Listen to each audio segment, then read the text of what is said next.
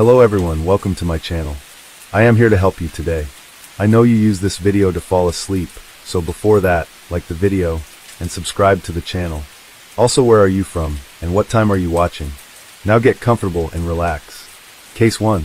On March 5th, 2021, what began as a standard security concern at Albuquerque International Sunport quickly escalated into one of the most chilling investigations in modern criminal history. Airport security initially reported an unusual pungent odor coming from an abandoned vehicle in the airport parking garage. Officers dispatched to the scene expected to encounter a routine case, perhaps a vehicle left behind by a forgetful traveler or an item of luggage emitting a foul smell. However, as authorities examined the truck, their casual approach soon turned into a full-scale forensic investigation. The vehicle, a seemingly ordinary pickup, was parked inconspicuously on an upper level of the garage. Upon closer inspection, the presence of multiple plastic storage totes in the truck bed raised immediate suspicion. As investigators pried open the containers, the grotesque reality became evident. Dismembered human remains decomposing amid other debris lay concealed within. Just a safety factor to the community. He's already killed several people. He was on his way back on his own statement to harm someone else in this area. So we're very important to the public that we get him in custody right away.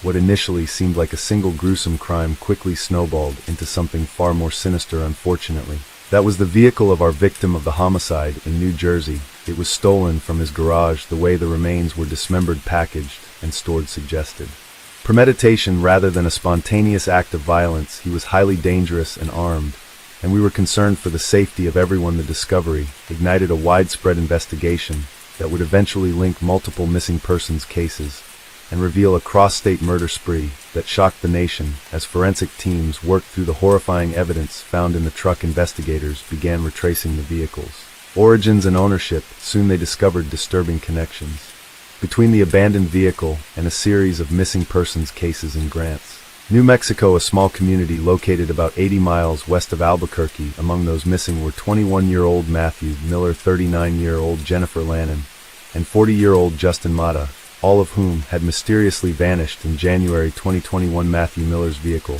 had previously been discovered abandoned at an apartment complex, but no further leads had emerged until now. Meanwhile, Jennifer Lannon had been reported missing by her ex-husband after a string of troubling events hinted at foul play. As investigators delved into these disappearances, they began to uncover a chilling web of connections between the victims. Their social circles overlaps significantly, particularly within local drug networks that were heavily involved in fentanyl distribution.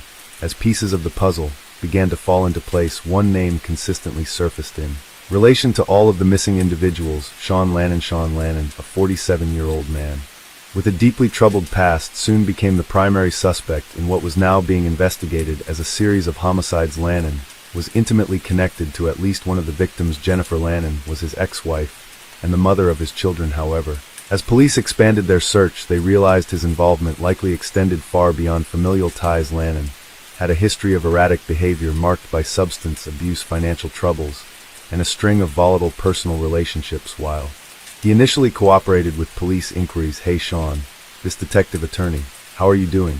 Good man, I've been trying to get a hold of the other number, and it's not working. So, you know anything new? Okay, are you still around town? Okay.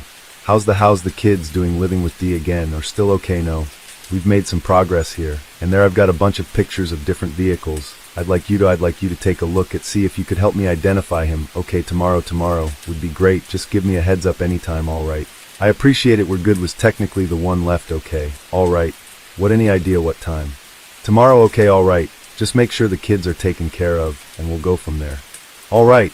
We'll see you tomorrow. Inconsistencies in his statements and his general demeanor raised immediate red flags. Surveillance footage would later place him at multiple locations associated with the victims, further cementing his potential role in their disappearances and deaths.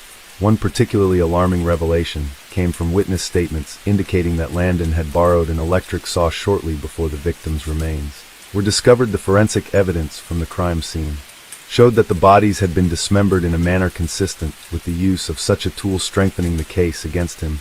Just as New Mexico authorities were piecing together Lannon's involvement in multiple homicides, another shocking discovery surfaced, this time in New Jersey on March 8, 2021, 3 days after the Albuquerque truck discovery. Law enforcement officers in East Greenwich Township New Jersey responded to a distressing crime scene. The victim, 66-year-old Michael Dubkovsky, was found brutally beaten to death in his home. The circumstances of his murder bore the hallmarks of personal vengeance rather than random violence. Further investigation revealed that Sean Lannon had traveled from New Mexico to New Jersey just before the murder. He had flown there with his 3 children, creating an eerie contrast between his role as a father and the brutal crimes unfolding in his wake. Lannon's arrest would later expose his confession regarding Dubkovsky's death. He claimed the killing was an act of revenge, alleging that Dubkovsky had sexually abused him as a child. This confession, while deeply unsettling, also hinted at the psychological complexities that may have fueled his violent spree. However, authorities were careful in accepting Lannon's statements at face value. His history of manipulative behavior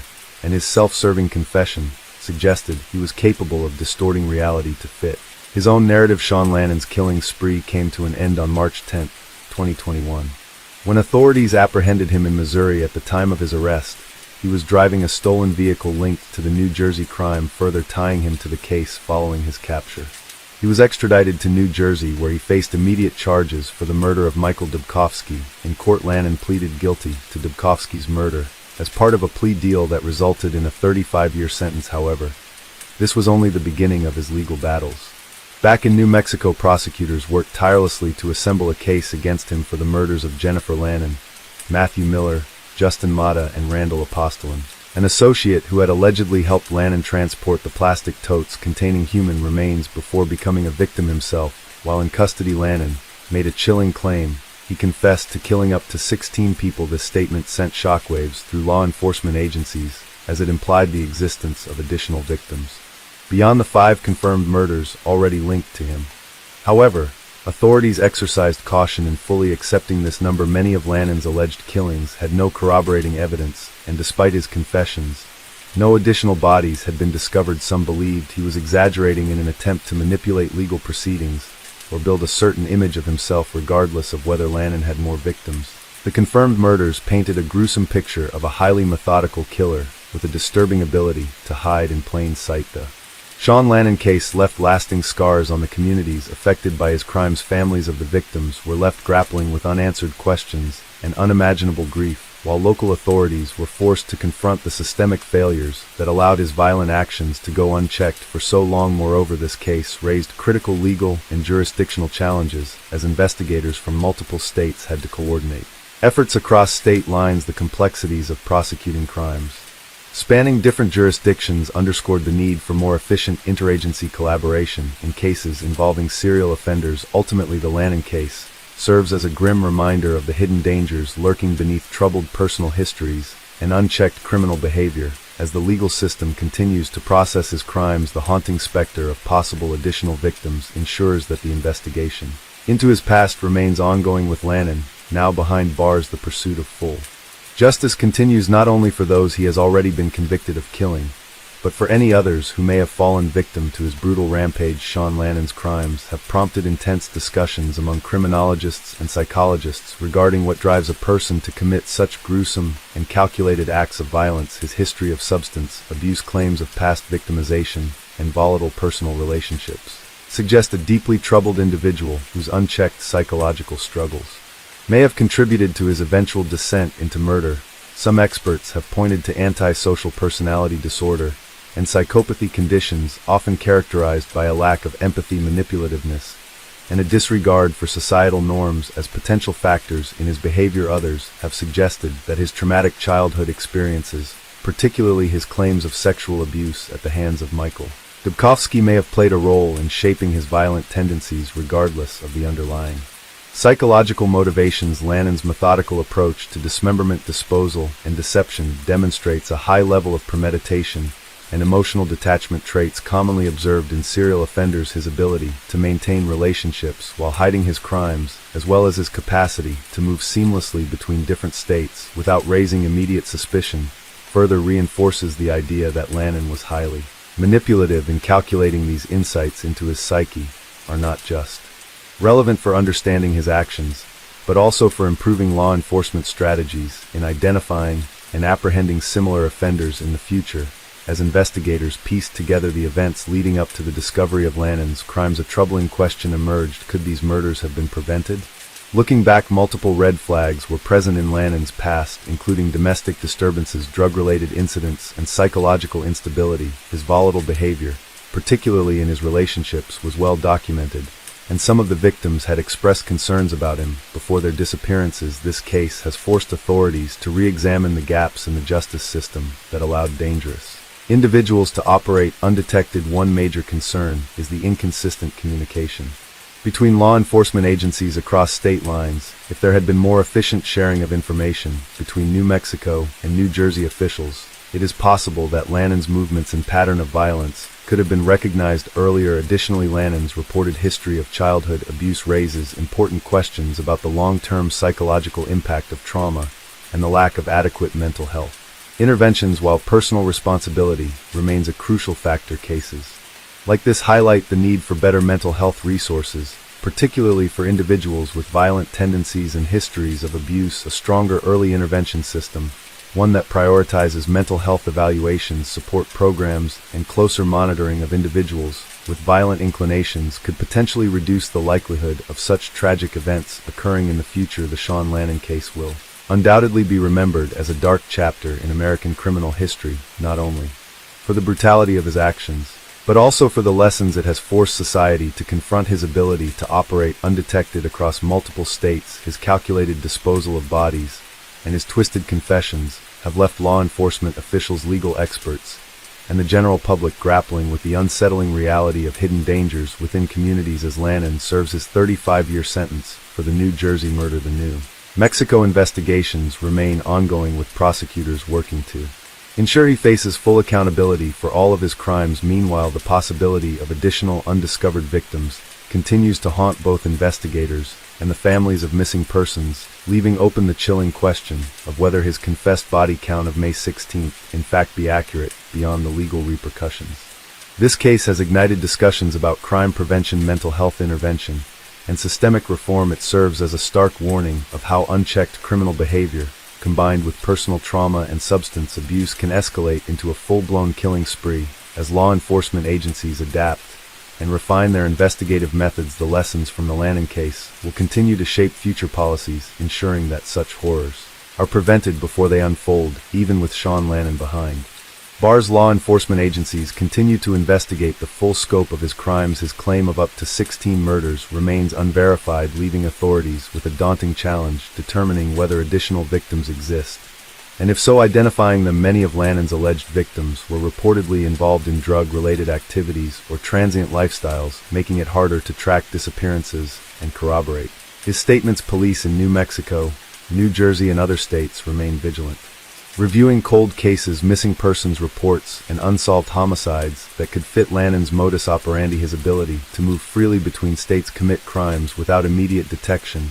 and evade authorities suggests the possibility that his killing spree may have begun much earlier than currently documented. Furthermore, forensic teams continue to analyze DNA evidence, and physical remains linked to the case. Given Lannon's history of dismembering his victims, there is concern that some remains may never be recovered or were disposed of in ways that make identification nearly impossible. These unsettling realities leave an open-ended mystery that may never be fully resolved for the families of Matthew Miller, Jennifer Lannon, Justin Mata, and Randall Apostolin. The pain of losing their loved ones has been compounded by the gruesome nature of their deaths and the lengthy legal proceedings. Many of them have expressed frustration over delays in prosecution, particularly in New Mexico, where Lannon has yet to stand trial for the 4 murders. These delays are due to interstate legal complexities, the necessity of gathering irrefutable evidence, and Lannon's already secured conviction in New Jersey. Despite these setbacks, families and community advocates continue to push for justice and legislative reforms. Some have called for stricter monitoring of individuals with violent pasts, while others have emphasized the need for improved resources for missing persons investigations. The case has also reignited discussions on the dangers of domestic violence, drug-related crime, and mental health neglect, with advocacy groups working to ensure that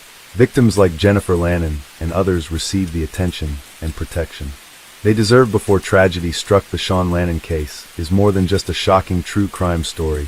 It is a disturbing lesson in the real-life consequences of systemic failures, personal trauma, and unchecked criminal behavior, his case will likely be studied by law enforcement, forensic psychologists, and legal scholars for years to come, offering insight into serial offenders who exploit both personal relationships and jurisdictional loopholes to commit horrific acts of violence as he spends the remainder of his life behind bars. The legal system must ensure that justice is fully served for all of his victims. Additionally, communities must remain vigilant, recognizing the warning signs of escalating violence, manipulative behavior, and criminal deception before they spiral into the kind of horror that unfolded in 2021. For now, the case remains a haunting reminder that even the most routine discoveries, a strange odor in an airport parking garage, can unravel into something far more sinister. Whether or not all of Lannon's victims will ever be identified, the scars left by his crimes will endure, serving as a dark chapter in criminal history and a warning about the hidden dangers that sometimes lurk beneath the surface of seemingly ordinary lives. Case 2. Kimberly Antonikos was born on November 15, 1974, in Queens, New York. She was the only child of Tommy Antonikos, a successful tech executive, and his wife, Marlene. Despite her parents' eventual divorce, Kimberly, affectionately known as Kim by those close to her, enjoyed a happy and fulfilling childhood. As she grew older, Kim became known for her beauty, charisma, and a wide social circle. After earning a degree in business administration, she moved into an apartment in Brooklyn, a convenient location near her father's home. Meanwhile, her mother had relocated to Florida. As the apple of her parents' eyes, Kim was showered with love and support. To celebrate her growing independence, Tommy gifted her a brand new car, a testament to his pride in her accomplishments. However, despite his hopes, she had no interest in joining the family business. Determined to carve her own path, she secured a part-time job as an accountant at a reputable firm. At 20, Kimberly had it all. She was young, beautiful, and full of promise. With her striking, wild curls and meticulously maintained appearance, she was a responsible young woman who enjoyed social events but never found herself in trouble. Her future seemed bright. However, fate had other plans. Years later, her father would recall that Kim's kindness was both her greatest strength and her most dangerous vulnerability. This was evident when, in early 1995, she opened her home to her friend Liz's boyfriend Joshua Torres, and their young child while the couple's apartment underwent renovations. At just 2 years older than Kimberly, Joshua quickly bonded with her. The three spent their days cooking, laughing, and enjoying each other's company. Tommy, ever the protective father, had voiced concerns about the arrangement, though he ultimately respected his daughter's decision. On Tuesday, February 28, 1995, Kimberly and Liz decided to attend a party. They dressed up, applied their makeup, and had a fantastic night out, dancing and socializing. At around 4 in the morning, they returned home. The next day, as was his routine, Tommy called to check in on his daughter. To his dismay, there was no response. Feeling uneasy, he drove to her apartment. There he found Liz, but no sign of Kimberly. Liz was confused, insisting that she had last seen Kim entering her bedroom just hours earlier. Tommy checked the garage. Her car was missing. Just as he was about to leave, something caught his eye on the floor. A single gold earring. He recognized it instantly as part of a pair he had given his daughter. Wasting no time, he reported her disappearance, triggering an urgent police investigation. Officers spoke to Liz, who confirmed that Kimberly had been wearing those very earrings that night. The lead detective feared the worst. The initial theory was that she had been abducted, possibly for her car. Authorities issued a citywide alert with Kimberly's physical description and contacted aviation officials to check areas where abandoned vehicles were often found. As the hours passed, worry consumed her loved ones. That evening, Tommy returned home to find his answering machine blinking. His heart raced. Was it Kimberly? He pressed play, only to be met with silence. Strangely, there had been 2 calls, both ending abruptly. Perhaps a technical issue, he thought. Meanwhile, investigators combed through hospital and morgue records with no results. Friends and neighbors were questioned, including Liz and Joshua, but no leads emerged. After 48 hours with no sign of Kimberly, Marlene flew in from Florida, desperate for answers. A friend suggested she consult a well-known psychic with a television show. Clutching a photo of her daughter, Marlene visited the woman, who reassured her that Kimberly was still alive, but in grave danger. More chillingly, she stated that the perpetrator's name started with the letter J. By then, Kimberly's case had caught the public's attention, and this eerie revelation was soon broadcasted on TV. At the apartment, Marlene gathered her daughter's friends and played the psychic's recording. Joshua and another friend, Julio Negrin, reacted with visible unease before hastily leaving, claiming they would search for her themselves. Meanwhile, Tommy tirelessly retraced his daughter's steps, speaking with anyone who might have seen her. Police meticulously reconstructed Kimberly's last known movements and decided to re-examine her apartment. Strangely, they found no signs of forced entry or struggle. There was no blood, no overturned furniture, nothing to suggest a violent encounter. Either someone had cleaned up meticulously, or the intruder had been careful not to leave a trace. Adding to the mystery, Kimberly's car had vanished without a trace.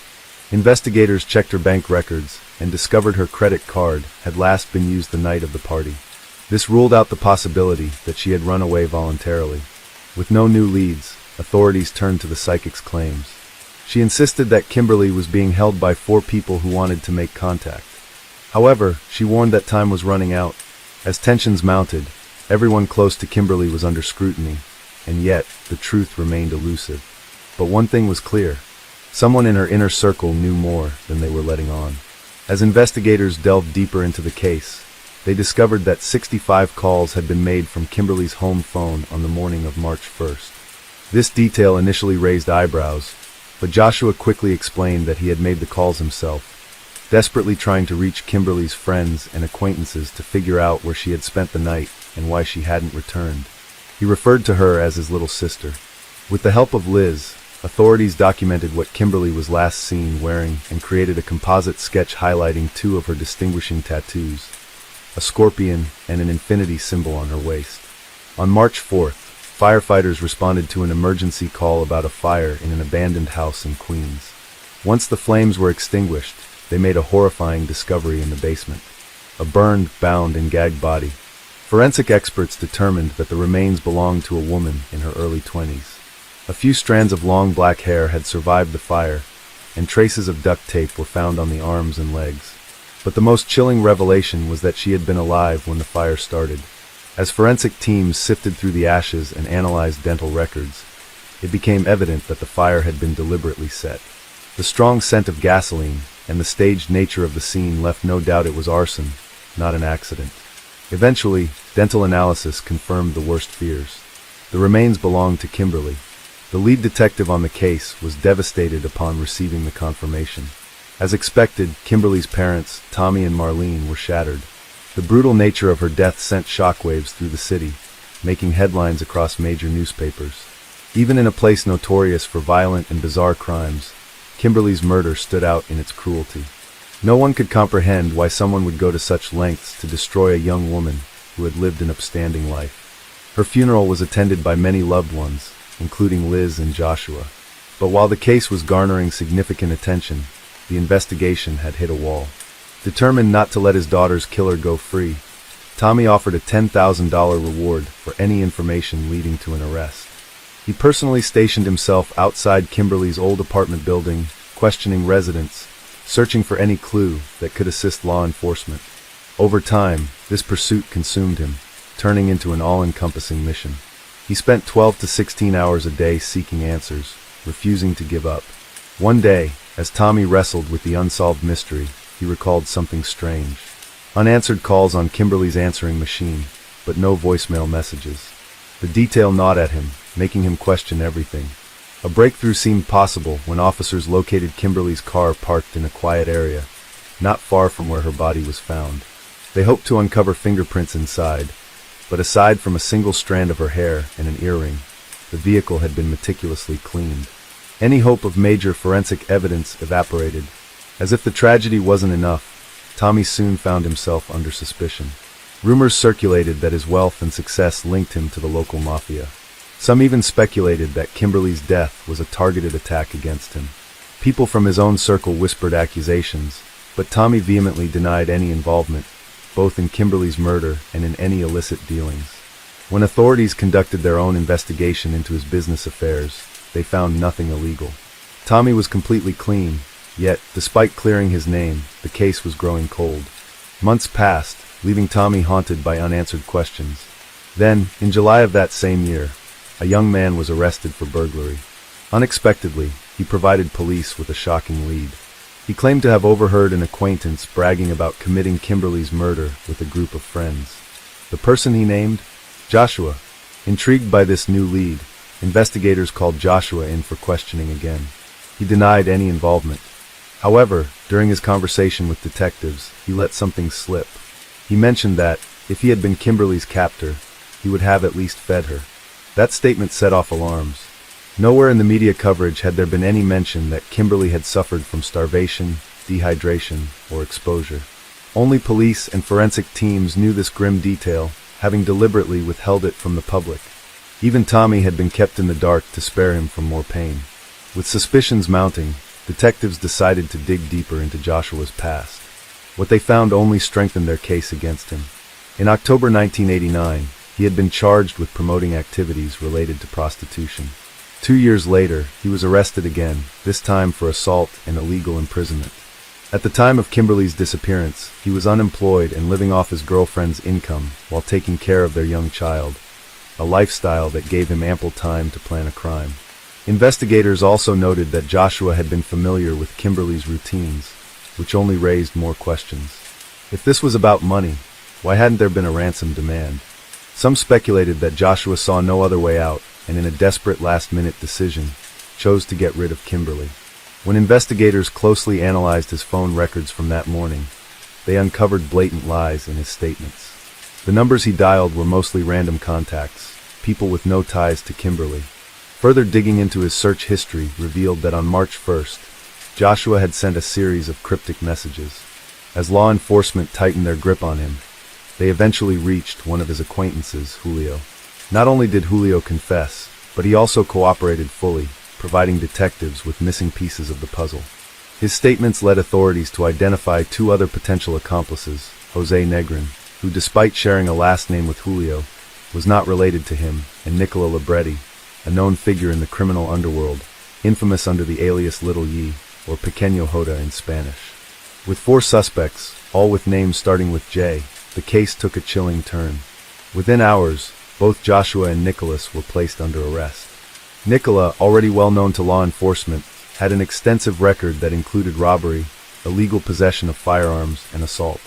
However, by the time authorities connected Jose to the plot, he had already become the victim of a fatal shooting. Investigators strongly suspected Joshua was behind his death, eliminating him to prevent any betrayal regarding Kimberly's fate. During questioning, Joshua denied everything. Nicholas, on the other hand, backed Julio's version of events. Through testimonies and gathered evidence, the grim truth was pieced together. Joshua had concocted his most ambitious plan right under Kimberly's roof. Blinded by her expensive car, stylish clothes, and well-off father, he saw nothing but dollar signs. On March 1st, 1995, Joshua and his accomplices kidnapped Kimberly, intending to extort her father for $75,000. They confined her to a freezing basement in an abandoned house, bound and gagged to prevent any cries for help. But their plan quickly unraveled due to their own incompetence. When they attempted to contact Kimberly's father, Tommy, to demand the ransom, they failed miserably. One of them neglected to wait for the answering machine to beep, so the message was never recorded. Hours passed with no response from Tommy. Unaware that their own carelessness was to blame for the silence, Joshua and his associates panicked. Their worry deepened when a supposed psychic's comments about the letter J left them convinced they were exposed. Terrified and clueless, they saw no way out. Joshua came up with the most horrific solution. The 3 of them returned to where Kimberly, nearly frozen from the bitter cold, barely moved. Stricken by fear, they doused her in gasoline and set her on fire. Julio was later charged as an accessory, while Joshua and Nicholas faced first-degree murder charges. When Tommy learned of the arrest, he admitted that they brought him little solace. On live television, he stated that, for months, he had imagined taking justice into his own hands. But in the end, no matter how it happened, his daughter was gone forever. During his trial in November 1996, Joshua refused to testify and maintained his innocence. However, after a swift 2-week trial, the jury found him guilty. At his sentencing hearing, Joshua addressed the court, offering condolences to the Antonakis family and insisting he had never harmed Kimberly, whom he described as a precious jewel. As he spoke, Kimberly's mother broke down, leaning on her ex-husband's shoulder in tears. It was the first time she had faced her daughter's murderer since the funeral. For 9 excruciating minutes, the courtroom was filled with grief. The judge sentenced Joshua to at least 58 years in prison for Kimberly's murder. He then added that, had the death penalty been reinstated in New York just a little earlier, he would have had no hesitation in imposing it. Tommy, however, made it clear he thought the punishment was far too lenient. Nikolai was tried the following year and received the same sentence. As for Julio, he was convicted as an accomplice and received a 6-year prison sentence for his role in the crime and for failing to stop it. Case 3. It was just past 3 a.m. in Gamber, Ohio, and the last few employees of Pirates Cove were locking up for the night. Among them was 20-year-old Emily Murray, a college student with big dreams and a kind heart. That shift was supposed to be her last. She had decided to quit her job to focus on school and her future. As she walked out into the quiet night, her car was waiting just a few steps away.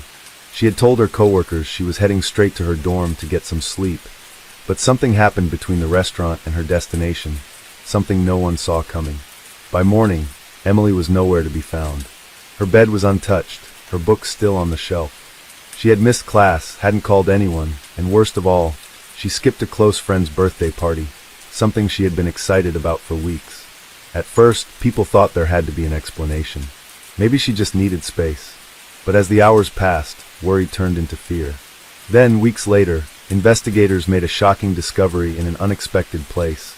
A clue that would change everything and reveal a horrifying truth about what really happened to Emily that night. Emily Murray was born on February 19, 1980, in the quiet town of Sleepy Hollow, nestled in Westchester County, New York. The youngest of 4 siblings, she was raised in a privileged household alongside her 2 older brothers and a sister. Her childhood was filled with warmth, strong family ties, and a deep sense of belonging. When Emily was just 2 years old, her family moved to Ohio. Her father, a respected academic, had been offered a prestigious leadership role at a renowned scientific university, while her mother devoted herself to caring for their children and creating a nurturing home. The Murray children thrived under their parents' guidance, excelling in school and pursuing ambitious academic goals. Emily, in particular, displayed a strong passion for biology and medicine. With a brilliant mind and an unshakable work ethic, she consistently ranked at the top of her class. Despite her demanding studies, Emily found time to work part-time, often donating her earnings to charitable causes. Her upbringing was deeply rooted in faith, as her parents were devout Christians who instilled in their children the values of kindness and generosity. Emily embraced these teachings wholeheartedly. After finishing high school, she took a year off to travel with humanitarian organizations, assisting communities in New Zealand, Australia, Japan, and various parts of Europe. In 1998, she enrolled at Kenyon College in Gamber, Ohio, moving into campus housing to fully immerse herself in the college experience. Friends and classmates admired Emily for her vibrant energy and infectious optimism. She was kind-hearted, approachable, and driven, yet she also had a deeply introspective side, often pouring her thoughts into a personal journal. By the year 2000, Emily was well into her junior year. In addition to her rigorous coursework, she actively participated in church-led volunteer work and took on evening shifts as a waitress at a local restaurant. Her schedule was packed, but she handled it all with remarkable grace. On the morning of November 3, 2000, Emily's dorm roommates noticed something unusual. Her bed was empty. While it wasn't uncommon for college students to stay out late, Emily was always considerate and would let her friends know if she had other plans. Initially, they assumed she had stayed late at work or gone straight to class, but when they saw that her textbooks and notes were still untouched on her shelf, a sense of unease crept in. Throughout the morning, her friends asked around, hoping someone had seen her, but as the hours passed, it became clear that no one had. Emily had failed to attend her classes and had missed an event she had been eagerly anticipating, a close friend's birthday party. She had even helped organize a surprise for the celebration, making her absence all the more alarming. With growing concern, Emily's friends reached out to her family. When her parents heard the news, they were immediately overwhelmed with fear. That very night, they drove to Gamber, Ohio, to assist in the search for their daughter. By morning, the entire Murray family, including Emily's older siblings, had arrived on campus, desperate for answers. Word of her disappearance spread rapidly across the college community. Students, faculty, and volunteers organized search efforts, scouring the town for any sign of Emily. It wasn't long before another unsettling discovery was made. Her dark green Subaru, a birthday gift from her father, was missing as well. The family's first course of action was to report Emily's disappearance to campus security. However, their concerns were met with indifference. Security personnel suggested she had likely gone off with a boyfriend and would return soon, but the Mauis knew better. Emily would never leave without informing someone. More than 24 hours had passed, and with campus authorities proving unhelpful, her family turned to local law enforcement. To their dismay, the police also downplayed the situation, speculating that Emily might have taken an impromptu trip. It wasn't until officers searched her dorm room and found her ID, bank cards, and other personal belongings untouched that they realized something was seriously wrong. As the investigation began, authorities focused on Emily's last known whereabouts. The last place she had been seen was the restaurant where she worked, Pirates Cove, a popular hangout for students due to its affordability and proximity to campus. That night, November 2nd, 2000, was Emily's final shift at the restaurant. She had decided to quit her job due to her overwhelming schedule, hoping to lighten her workload. Balancing academics, volunteer work, and evening shifts had become too much, and she needed to prioritize her studies. Many of her friends had stopped by that evening to support her on her last shift. As the night wound down, Emily officially clocked out at 2 a.m., but she stayed an extra 30 minutes to help with closing duties. Her co-workers, Olivia, a fellow waitress, and David, the bartender, were among the last people to see her. Together, they cleaned up the restaurant, finishing around 2:45 a.m. The final employee to leave was Gregory McKnight, a 24-year-old cook who locked up the restaurant at 3:15 a.m. By all accounts, Emily had been in good spirits that night, cheerful, friendly, and acting completely normal. She told her coworkers she was heading straight back to her dorm to get some sleep before her morning classes. There was no mention of any other plans, nothing out of the ordinary, just another late shift at work, another night in her usual routine. During the investigation, detectives combed through Emily's dorm room, searching for any clues that might explain her sudden disappearance. Among her belongings, they discovered a personal journal filled with deeply introspective entries. What they read was unsettling. Despite her outward optimism, Emily had been silently battling depression. She was known for her empathy, often absorbing the pain of others and struggling to shake the sorrow that came with it. Through her charitable work, she had seen firsthand the injustices and suffering in the world, and the weight of it all sometimes felt unbearable. She wrote about feeling overwhelmed, about moments of despair, about the exhaustion that came with caring so deeply. Though there was no mention of self-harm or any drastic plans, investigators couldn't dismiss the possibility that Emily had chosen to walk away from her life. This theory, however, was met with fierce resistance from her loved ones. Her family and friends insisted that Emily's faith was too strong for such an act. She was deeply religious, and her beliefs did not align with the idea of a future. In fact, her journal painted a different picture, one of ambition and hope. She had dreamed of a full life, envisioning a future with a husband, children, and a home filled with love. There was no indication that she was planning to disappear by choice. Yet, since Emily's car was missing along with her, authorities initially entertained the theory that she might have left on her own, seeking space to reflect. Between her recent breakup with her boyfriend and the stress of resigning from her job, perhaps she needed time away. The natural starting point for the investigation was Emily's ex-boyfriend, Adam. Their relationship had lasted over a year and was marked by periods of both affection and turbulence, with multiple breakups and reconciliations. But this time, Emily had ended things for good. Adam had accepted the breakup, and according to their last conversation, it had been amicable. However, detectives still needed to consider whether he had struggled to move on. When questioned, Adam was visibly distraught over Emily's disappearance. He was cooperative, providing a detailed account of his whereabouts that night.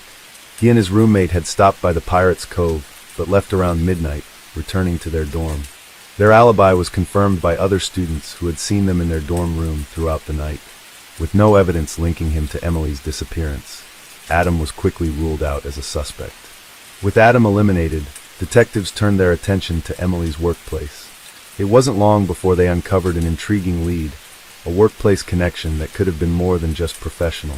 A cook at the Pirates Cove revealed that the bartender, David, had been interested in Emily romantically, but she had never reciprocated his feelings. David had worked the same shift as Emily on the night she disappeared. Had he waited outside for her? Had he acted on unrequited feelings? David was called in for further questioning. He admitted to having once asked Emily out, but insisted that he had taken her rejection gracefully. He maintained that their interactions remained friendly and professional. His alibi was airtight. His father had picked him up from work that night, and they had immediately left town to attend his sister's wedding. The alibi checked out, and he was ruled out as a suspect. However, another name soon emerged, another cook at the restaurant, Dave Yoakum. Yoakum was known for his awkward and often abrasive interactions with women. Co-workers described him as socially inept, easily angered, and prone to making crude remarks when rejected. Several waitresses had experienced his unwelcome advances, and Emily was no exception.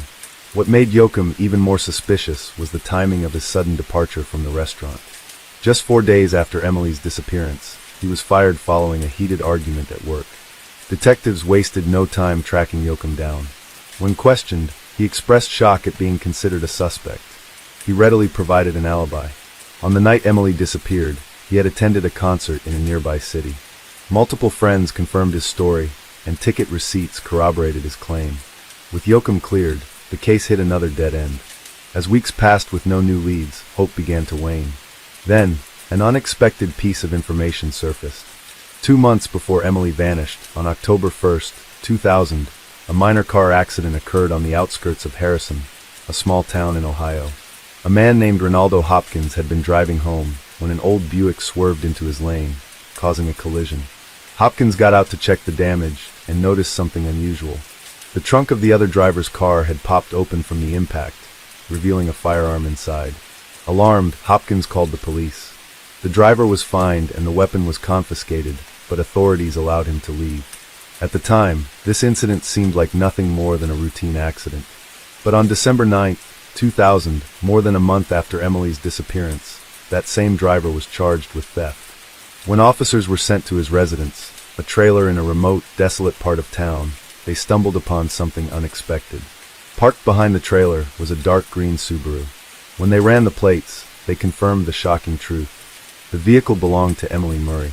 The discovery sent shockwaves through the investigation. Whoever lived in that trailer was now the prime suspect. Authorities moved quickly, ready to uncover the truth about what had really happened to Emily Murray. As investigators dug deeper into Emily Murray's disappearance, all evidence led them to one chilling conclusion. The man responsible had been in plain sight all along. The suspect was none other than Gregory McKnight, the cook from Pirates Cove, who had subtly diverted attention away from himself by pointing fingers at his co-workers. Detectives wasted no time securing a warrant for his trailer. When officers arrived at the remote property, they found the door lock broken. Stepping inside, they were immediately hit with an overwhelming stench, the unmistakable smell of decomposition. The source was soon discovered. At the back of the trailer, wrapped in a rug, lay the remains of a young woman. Though there was little doubt it was Emily, forensic testing confirmed it. The cause of death was a gunshot wound to the head, fired at close range. Spent shell casings and blood spatter patterns indicated that the murder had taken place inside the trailer. With the discovery of Emily's body, the case shifted focus. It was no longer a question of whether something terrible had happened to her. It was now about bringing the person responsible to justice. Later that same day, Gregory McKnight was arrested. Interestingly, his initial charges had nothing to do with Emily's murder. He was taken into custody for his alleged involvement in an armed robbery. However, once confronted with the evidence found in his trailer, McKnight refused to speak. He declined to answer any questions and immediately demanded a lawyer. At the time, investigators still lacked direct proof tying him to Emily's murder, but with her remains found inside his property, they knew they had their suspect. As the investigation continued, detectives turned their attention to McKnight's surroundings. His trailer was isolated, set apart from the rest of the trailer park. The property itself was a mess, cluttered with garbage, rusted-out vehicles, and signs of neglect. During a thorough search of the area, officers noticed something odd. A small, overgrown well covered by a rusted metal sheet, weighed down by fallen branches. The moment they removed the cover, they knew they had found something significant. The well was drained, and at the bottom, investigators uncovered human remains. The skeletal structure suggested the victim was male. Scattered bone fragments were also found nearby. Forensic testing quickly linked the remains to an unsolved missing persons case. 6 months earlier, a 20-year-old college student named Gregory Julius had vanished without a trace. Julius had last been seen with none other than Gregory McKnight. Julius' girlfriend had reported him missing after he failed to return home from a party. According to her, Julius had told her he was going to the gathering with McKnight. When questioned at the time, McKnight claimed the two had argued at the party and that Julius had left with other people. Since there was no physical evidence connecting him to the disappearance, the case went cold. But now, Julius' girlfriend was called in to identify key pieces of evidence found in the well, tattered clothing and personal items that had once belonged to him. A forensic examination of his bones revealed deep, saw-like cuts, indicating that his body had been dismembered with crude tools. Further investigation revealed another disturbing fact. Shortly after Julius went missing, McKnight had illegally sold his car. The vehicle had been hastily repainted and the license plates replaced in an attempt to conceal its identity. When police recovered it, forensic analysis revealed traces of Julius' blood in the trunk, suggesting his body had been transported inside. Inside McKnight's trailer, authorities found an axe, a shovel and other tools, all bearing forensic evidence linking them to Julius' murder. But who was Gregory McKnight? He was born on November 12, 1976, in a struggling neighborhood in Columbus, Ohio. Raised in a household with little parental supervision, he turned to crime at a young age. By the time he was 14, he had already been caught stealing. At 15, he was involved in a botched robbery that ended in a fatality. Due to his age, McKnight was sentenced to only 6 years in a juvenile detention center. He was released in 1997 and attempted to rebuild his life. He married a woman named Catherine, and together they had 2 children. At one point, McKnight had saved enough money to purchase a trailer, but before his family could move in, he had already begun using it for far more sinister purposes. In May 2000, McKnight murdered Julius, disposing of his body in the well behind his trailer.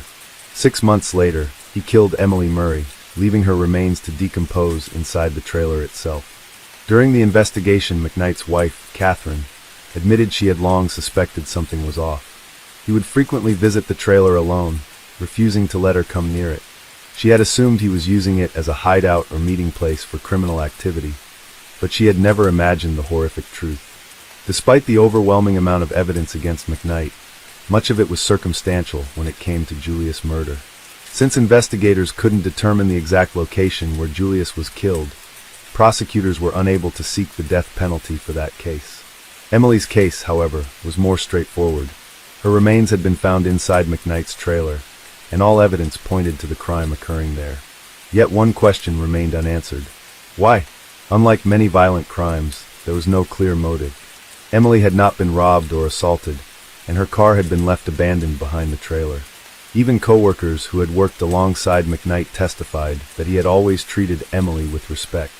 Prosecutors theorized that McKnight had lured Emily into a trap, possibly playing on her kindness and asking for help. Once inside the trailer, something triggered his violent outburst. Perhaps he had harbored feelings for her, and after being rejected, his rage spiraled out of control. Throughout the trial, McKnight remained silent, refusing to explain his actions. At one point, his defense team attempted to paint Emily as a deeply troubled individual who had been struggling with depression, arguing that McKnight had only assisted her in ending her life. This claim was met with outrage from Emily's loved ones and was ultimately dismissed by the court. In 2002, Gregory McKnight was convicted of 2 counts of first-degree murder, along with charges of kidnapping and armed robbery. He was sentenced to death. For years, McKnight sat on death row, filing appeals in an attempt to overturn his sentence. In 2015, he made an unexpected request. He asked for his execution to be carried out as soon as possible, stating that he preferred death over life in prison. However, not long after, he changed his mind and resumed his legal battles. In 2020, McKnight filed a complaint alleging racial discrimination during his trial, claiming that the all-white jury had been biased against him. His case was reviewed, but his conviction and sentence remained unchanged. Today, Gregory McKnight remains on death row, awaiting the final chapter in his long and brutal legacy. Case 4. On the night of June 25, 1980, a college student, Jay Littrell, pulled his car over at the edge of Droop Mountain Park in Pocahontas County, West Virginia. The area was desolate in that moment, and as he stepped out of his vehicle, his eye caught something in the distance. 2 figures, it appeared, lying on the ground. At first, he minded his own business, thinking it was a couple wrapped up in the moment. Except they weren't making a sound. As he got closer, that's when he realized they weren't making a sound because they weren't even moving. And that's because they were dead. The victims had been executed at close range and left out there. They were 26-year-old Vicky Durian and 19-year-old Nancy Santamero, two young hitchhikers making their way from Iowa to West Virginia for the Rainbow Gathering, a festival promoting unity and that sort of crunchy, earthy lifestyle. Instead of fun, though, they met a killer. What makes this case even more eerie is that there should have been three of them. Liz Jandro was supposed to be with them. The trio had met up on their journeys, but the day before the murders, Jandro had an uneasy feeling, one she just couldn't shake. As such, she decided to take a different path, parting ways with her friends at a Virginia truck stop. Some would call it intuition, others fate. Whatever it was, it saved her life. The Rainbow Gathering was already being viewed with suspicion by some of the rural residents there. Outsiders flooding their quiet towns with their unconventional ways didn't sit right with them, as you can imagine. When the two young women turned up dead in that remote clearing, the unspoken tensions boiled over. Those who had gathered thought the perpetrators must be some angry local trying to send a message. The locals thought the opposite, that with all these weird people in town doing God knows what, this is the kind of stuff that ends up happening. Eventually strangers bringing trouble to places they didn't belong and shouldn't be at. Investigators combed the crime scene, but in the end found little in terms of evidence. There was no sign of assault or robbery. Somewhat, it appeared, it just brought these women out there with the sole purpose of shooting them, each multiple times with a .38 revolver. The authorities weren't sure either, but always suspected that it was probably a local who had done it. The main reason for that is because if it were someone from the festival, then they likely would have wanted more out of the whole thing, and not just the thrill of the kill. Also, the location where the girls were found was a bit tucked away. In other words, you needed to know this area existed and how to access it, just like Jay, who discovered the bodies. He was a local. So with that in the back of the authorities' minds, they found it very interesting when a couple years later, a local farmer named Jacob Beard began to call up Vicky Durian's parents. He made a good amount of those calls, where he liked to express to them about how the case haunted him, and how he felt a deep sadness about the whole tragedy of it all going down. During one of those conversations, he even urged Durian's father to contact the FBI, criticizing the local authorities as small town and incapable of solving the case. When investigators questioned Beard, he said he had only called to express his sympathy, but the calls stopped after that. With eyes on Beard, police began talking to people around town who knew the farmer. Then one after another, they found people who claimed that he had, at one point or another, told them that he was the trigger man. Eventually, in 1993, he was finally brought to trial. The evidence was mostly circumstantial, but 6 witnesses had similar stories coming from Beard, essentially confessing. Though some recanted those statements later on, the fact that he called the families didn't put him in a good light. He was found guilty and then sentenced to life in prison, but his legal team put up a fight. They uncovered new evidence over the years and eyewitness testimonies that placed Beard far from the crime scene. In 1999, nearly 2 decades after the Rainbow murders, the conviction was thrown out. Beard was retried and acquitted in 2000, and later sued for wrongful conviction, and was awarded $2 million in damages. And that was where justice, or a lack thereof, ended in this story. And to this day, who actually committed the crimes has never been discovered. West Virginia's New River Gorge is a breathtaking landscape. Its towering cliffs and wild waters carving through the Appalachian Mountains make it one of the most scenic places you'll find in America. But as is often the story, with a lot of nice spots, beneath the beauty there's a long history soaked in blood, corruption, and tragedy. For over a century, that gorge was the lifeblood of West Virginia's coal industry. From the 1870s through the 1950s, coal towns sprung up wherever the mines were dug. But these weren't regular towns because everything in them, the houses, the stores, even the police, were all owned by the coal company. And that meant that the workers weren't just employees, they were essentially owned. And they were paid in company script, which meant their wages could only be spent at company-owned stores, with prices set by their bosses. So a nice little circular flow of money for the men in power. And if you didn't follow the rules, or if you ever spoke out, the company police would make sure you never did it again. A life in these coal camps was violent and ruthless, but then just as quickly as the boom came, it also died. The coal ran out, mines shut down, which meant the town slowly became crumbling, rusted-out ruins, scattered throughout the forest. But strangely, something did stay behind, it appears. The hikers and explorers who venture into the ghost towns of New River Gorge report many eerie encounters. When you hear the stories of the tragedies here, you can understand why perhaps some of the restless souls still linger and are trapped to this day, just like they were trapped in those mines. For starters, there's the reoccurring story of the Phantom Train. Its origins come from the Chesapeake and Ohio Railway that once cut through this wilderness to carry the coal in and out. Multiple witnesses have reported seeing a steam engine barreling down the old tracks, only for it to vanish into thin air. And some have heard the whistle blow in the middle of the night, when of course there is no train. Then there are the reports of an unseen force shoving people near the tracks, almost as if something or someone doesn't want them there. Of all the tragedies buried in these hills, none are more horrifying than what happened at Hawk's Nest Tunnel.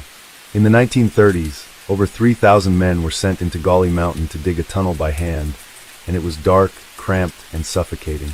With no proper ventilation, the workers breathed in deadly amounts of silica every single day. Their lungs hardened over time, suffocating them from the inside out.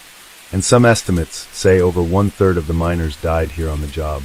Their bodies were buried in unmarked graves, some just pulled off into the woods and left there to this day. Historians call it one of the worst industrial disasters in all of U.S. history. My name is Walter Kunikij. I work in the tunnel 4 or 5 weeks every day out here. As such, visitors to Hawk's Nest nowadays report disembodied voices coughing in the darkness and shadows lurking in the tunnel. And some say they felt hands gripping their arms, willing to turn around and find nothing. Others have heard screams echoing through the rock, screams of men who died for a paycheck that would never be spent. Then there's Thurman, and this was a wild town back in the day. And trains roared through here, carrying miners eager to drink and gamble, their only chance to escape their harsh reality. The saloons here overflowed with liquor, cash, and fighting, and so the bodies, well, they piled up. A traveler might win big at the card table, only to be mugged, murdered, and thrown into the river before sunrise. Some say those unlucky souls still haunt the streets. Visitors to Thurman have reported full-body apparitions, shadowy figures in old-fashioned clothes watching from the train depot. And so, if you ever find yourself walking through any of these forgotten places, well, pay attention. You might hear or see something unusual, the very thing that might change you into a true believer once and for all. 3. The crawl space. It was the Christmas season back in 2007, and in Huntington, West Virginia, 21-year-old Leah Hickman vanished without a trace. She was a journalism student at Marshall University with dreams of telling stories that mattered. But tragically, when she was last seen alive on December 14th, Leah would become the story. Because a week later, the entire town of Huntington stood still as authorities uncovered her body in a place no one expected, stuffed inside a basement crawl space beneath her own apartment building. She had been strangled, though there were no signs of anything else being done to her. For nearly 2 decades now, the person responsible still remains free, but hopefully we can change that. It's something that no parents should ever have to go through. Leah lived in an apartment she shared with her half-sister, Jessica Vickers. And as the fall semester that year wrapped up, Leah was looking forward to heading home for the holidays. December 14th was rather uneventful in terms of clues. Leah spoke with a friend on the phone, mentioning plans to grab food at McDonald's. That would be the last confirmed interaction she had with anybody, as she was later seen leaving the apartment that evening, and based on evidence later found, it's believed she returned. Her McDonald's receipt was inside, and her car was still parked out front. No belongings, including her coat, purse, and keys, were left behind. When Jessica returned the next day, she immediately sensed something was wrong.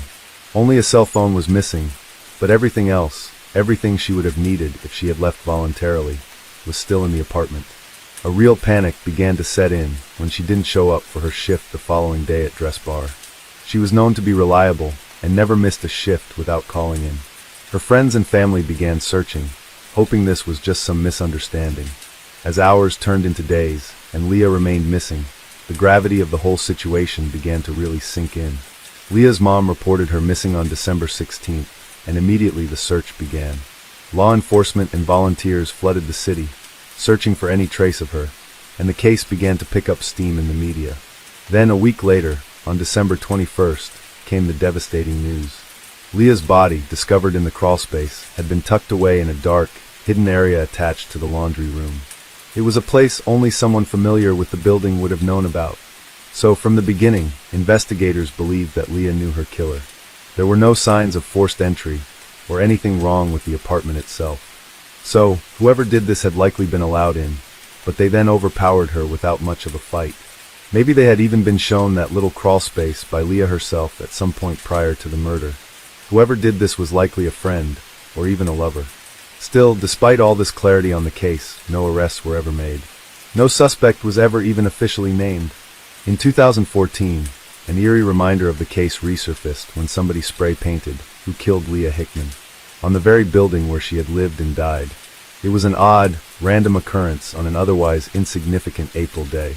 Police never revealed who was responsible for the message, or if it led to any new developments.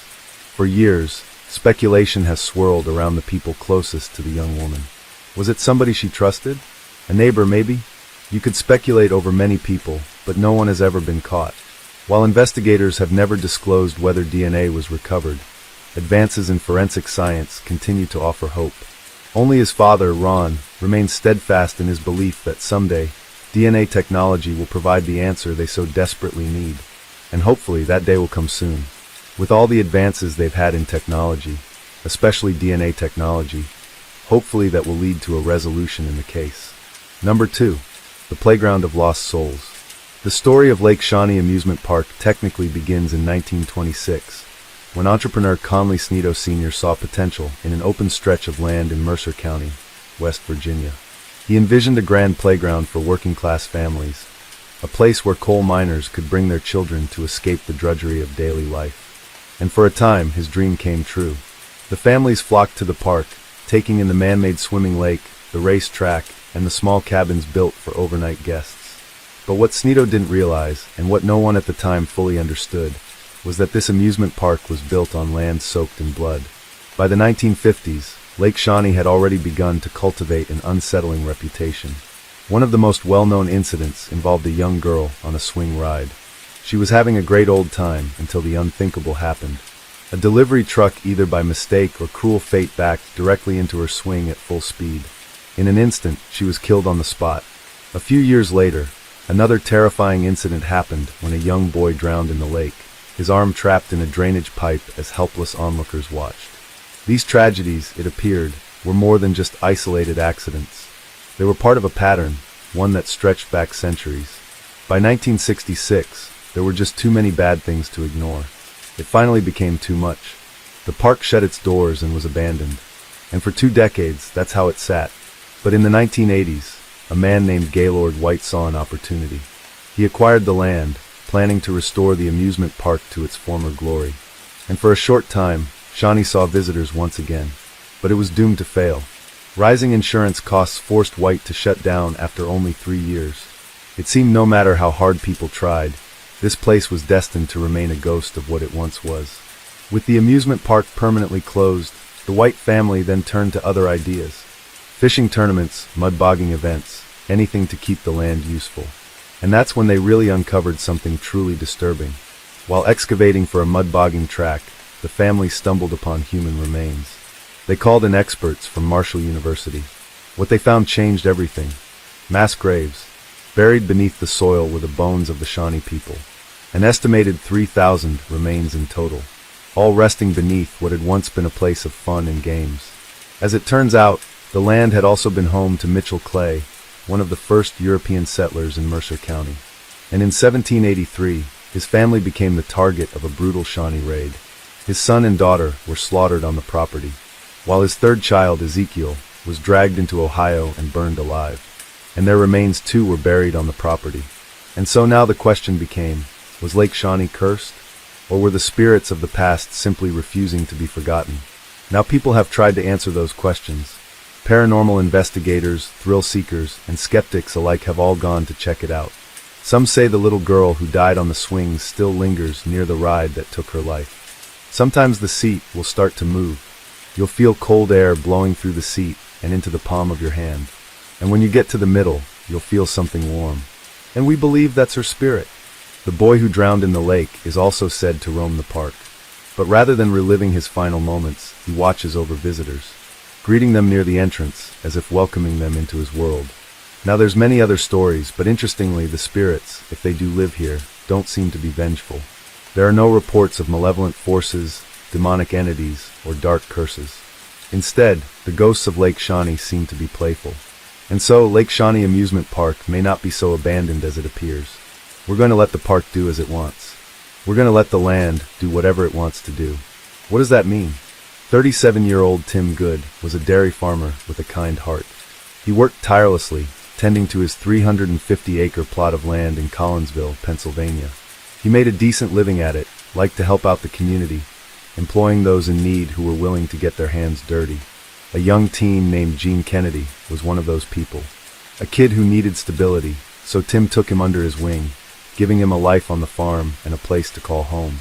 The two of them bonded over strained family ties with those who used to be closest to them.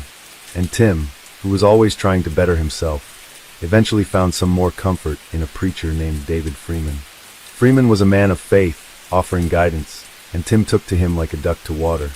Within months, David and his wife Eliza weren't just working on the farm, they were living in Tim's house. Gene later recalled that things slowly began to take a dark turn when Tim began to listen to everything the preacher man had to say, putting him on a pedestal like so many people do with religious figures.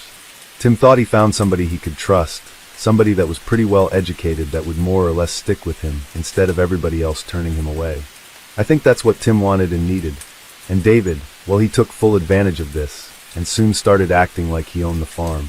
But one day he locked Gene out of the main house completely and even tried to physically attack him at one point. It took about a year, but having slowly dug his claws into the farm owner, Tim then made the announcement that he was selling the farm, his entire livelihood, for a reported $1 million. Instead of upgrading to something better though, he then bought a much smaller farm down in West Virginia, and David and his family moved right along with him. Gene, sensing danger, stayed behind in Pennsylvania, and his instincts were right because it wasn't long before Tim's new farm felt less like a home and more like a prison. A Freeman, through manipulation and control, had methodically stripped Tim of everything: his money, his independence, and eventually his freedom. While Freeman and his family lived upstairs in luxury, with a hot tub, large screen TVs, and a wet bar, while Tim was confined to a tiny, filthy room down in the basement.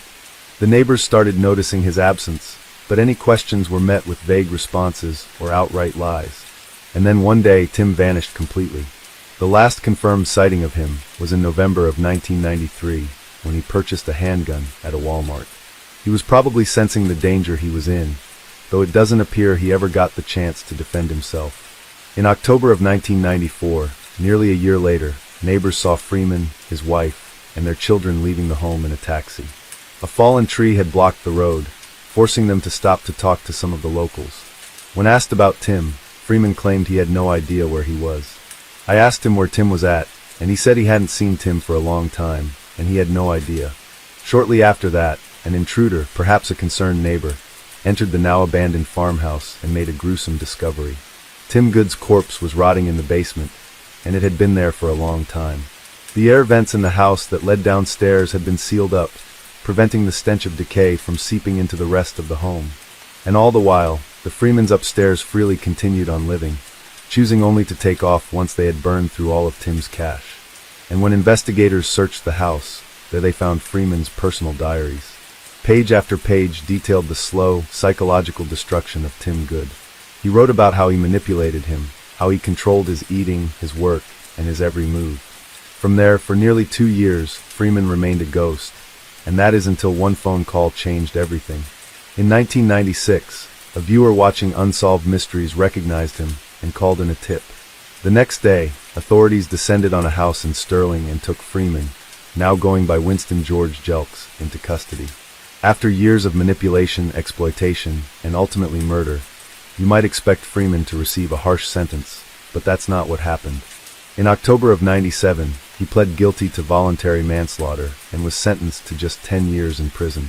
In 2018, Winston Jelks, David Freeman, whatever name he chose to hide behind, died from ALS. A slow, cruel disease took him in the end, but not before he had the chance to walk free. Case 5. March the 31st, 2023.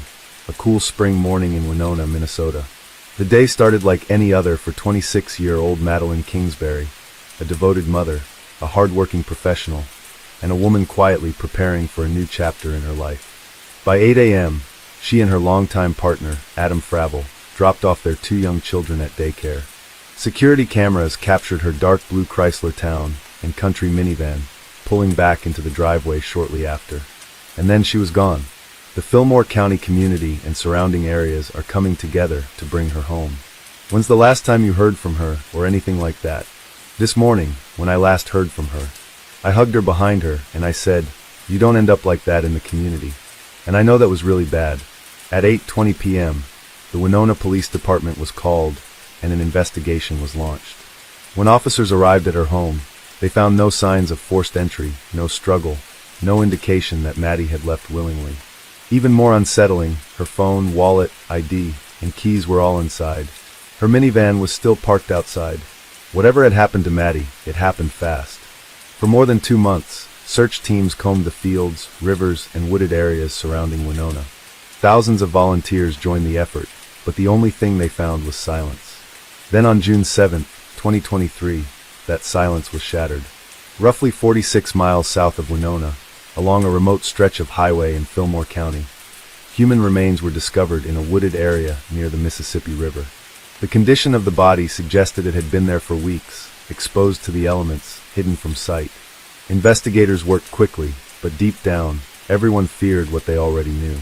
2 days later, on June 9, 2023, the worst was confirmed. The remains belonged to Madeline Kingsbury, the missing mother. The woman whose face had become a haunting reminder of unresolved tragedy had been found. But the discovery only led to more chilling questions. Who put her there? When? Why? As the investigation continued, the walls began closing in on one man. "Please help us find Madeline. The children need their mother. We need our daughter, our sister, our aunt, and our best friend back." Madeline Kingsbury was born on June 1, 1996, in Winona, Minnesota. The youngest of 3 siblings, she grew up in a close-knit and loving family. Described as smart, kind, and full of life, Maddie had a sharp sense of humor and a strong work ethic that set her apart from an early age. She pursued her passion for public health at Winona State University, later securing a prestigious role at the Mayo Clinic as a clinical research coordinator. Ambitious and driven, she was also working toward a master's degree in public health administration to advance her career. But above all, Maddie was a devoted mother. Her 5-year-old daughter and 2-year-old son were her world. She was hands-on, nurturing, and determined to give them a bright future. Despite balancing work, school, and motherhood, she always put her children first. However, behind closed doors, Maddie's relationship with Adam Fravel, the father of her children, was far from perfect. Friends and family later revealed that Adam was controlling, manipulative, and emotionally abusive. Maddie had secretly begun searching for a new home, planning to leave him and start fresh, but she never got the chance. Friday, March 31, 2023, started out as a normal morning. Maddie and Adam got up early, got their kids dressed, and headed out the door. By 8 a.m., they dropped the children off at daycare together. Security footage captured them exiting the minivan, Maddie standing beside the vehicle as Adam walked the children inside. At 8:15 a.m., Maddie's phone sent what would be her final text message. It was nothing out of the ordinary, just a routine response. But from that moment on, Maddie's voice would go silent. According to Adam, he and Maddie returned home together. He claimed she told him she had a work meeting, and that she planned to head to Rochester for the day. But by 10 a.m., Adam says she was simply gone. His version of events was simple. Maddie had left on her own, but there was one glaring problem. Her phone, wallet, keys, and ID were all still inside the house. Her car was still parked in the driveway. How could she have left with no means of transportation? That evening, after repeated unanswered calls, Maddie's family contacted the Winona Police Department. Officers arrived at her home and conducted a welfare check. They knocked. They searched. But there was no sign of Maddie. No sign of where she could have gone. And so the search for Madeline Kingsbury began. But was she supposed to pick up the children today? Yes, usually. So we usually do drop-offs and pick-ups together. And this morning, we both did the drop-off. And I couldn't get any response from her since before 10 or whatever. And I tried calling her. We usually pick up the kids around 4:15. And I tried calling her a bunch of times. I think 3.30 and like 3.45 and 4. And I didn't get any response. So I just picked up the kids myself. You know anybody in town she might be with? Any clubs or organizations she's affiliated with? Not clubs or anything. She do like a weekly thing? Like a girls' night out or anything like that, usually? No, nothing like that. Anywhere else in town you think she might be? At this time of night, no. Did she ever go to the bars at all? No, we were not drinkers at all. From the start, investigators zeroed in on Adam Fravel. He was the last person to see Maddie alive. His story was inconsistent. His behavior was unusual. And something about his timeline didn't add up. I left the house around 10 to bring some stuff down to my parents.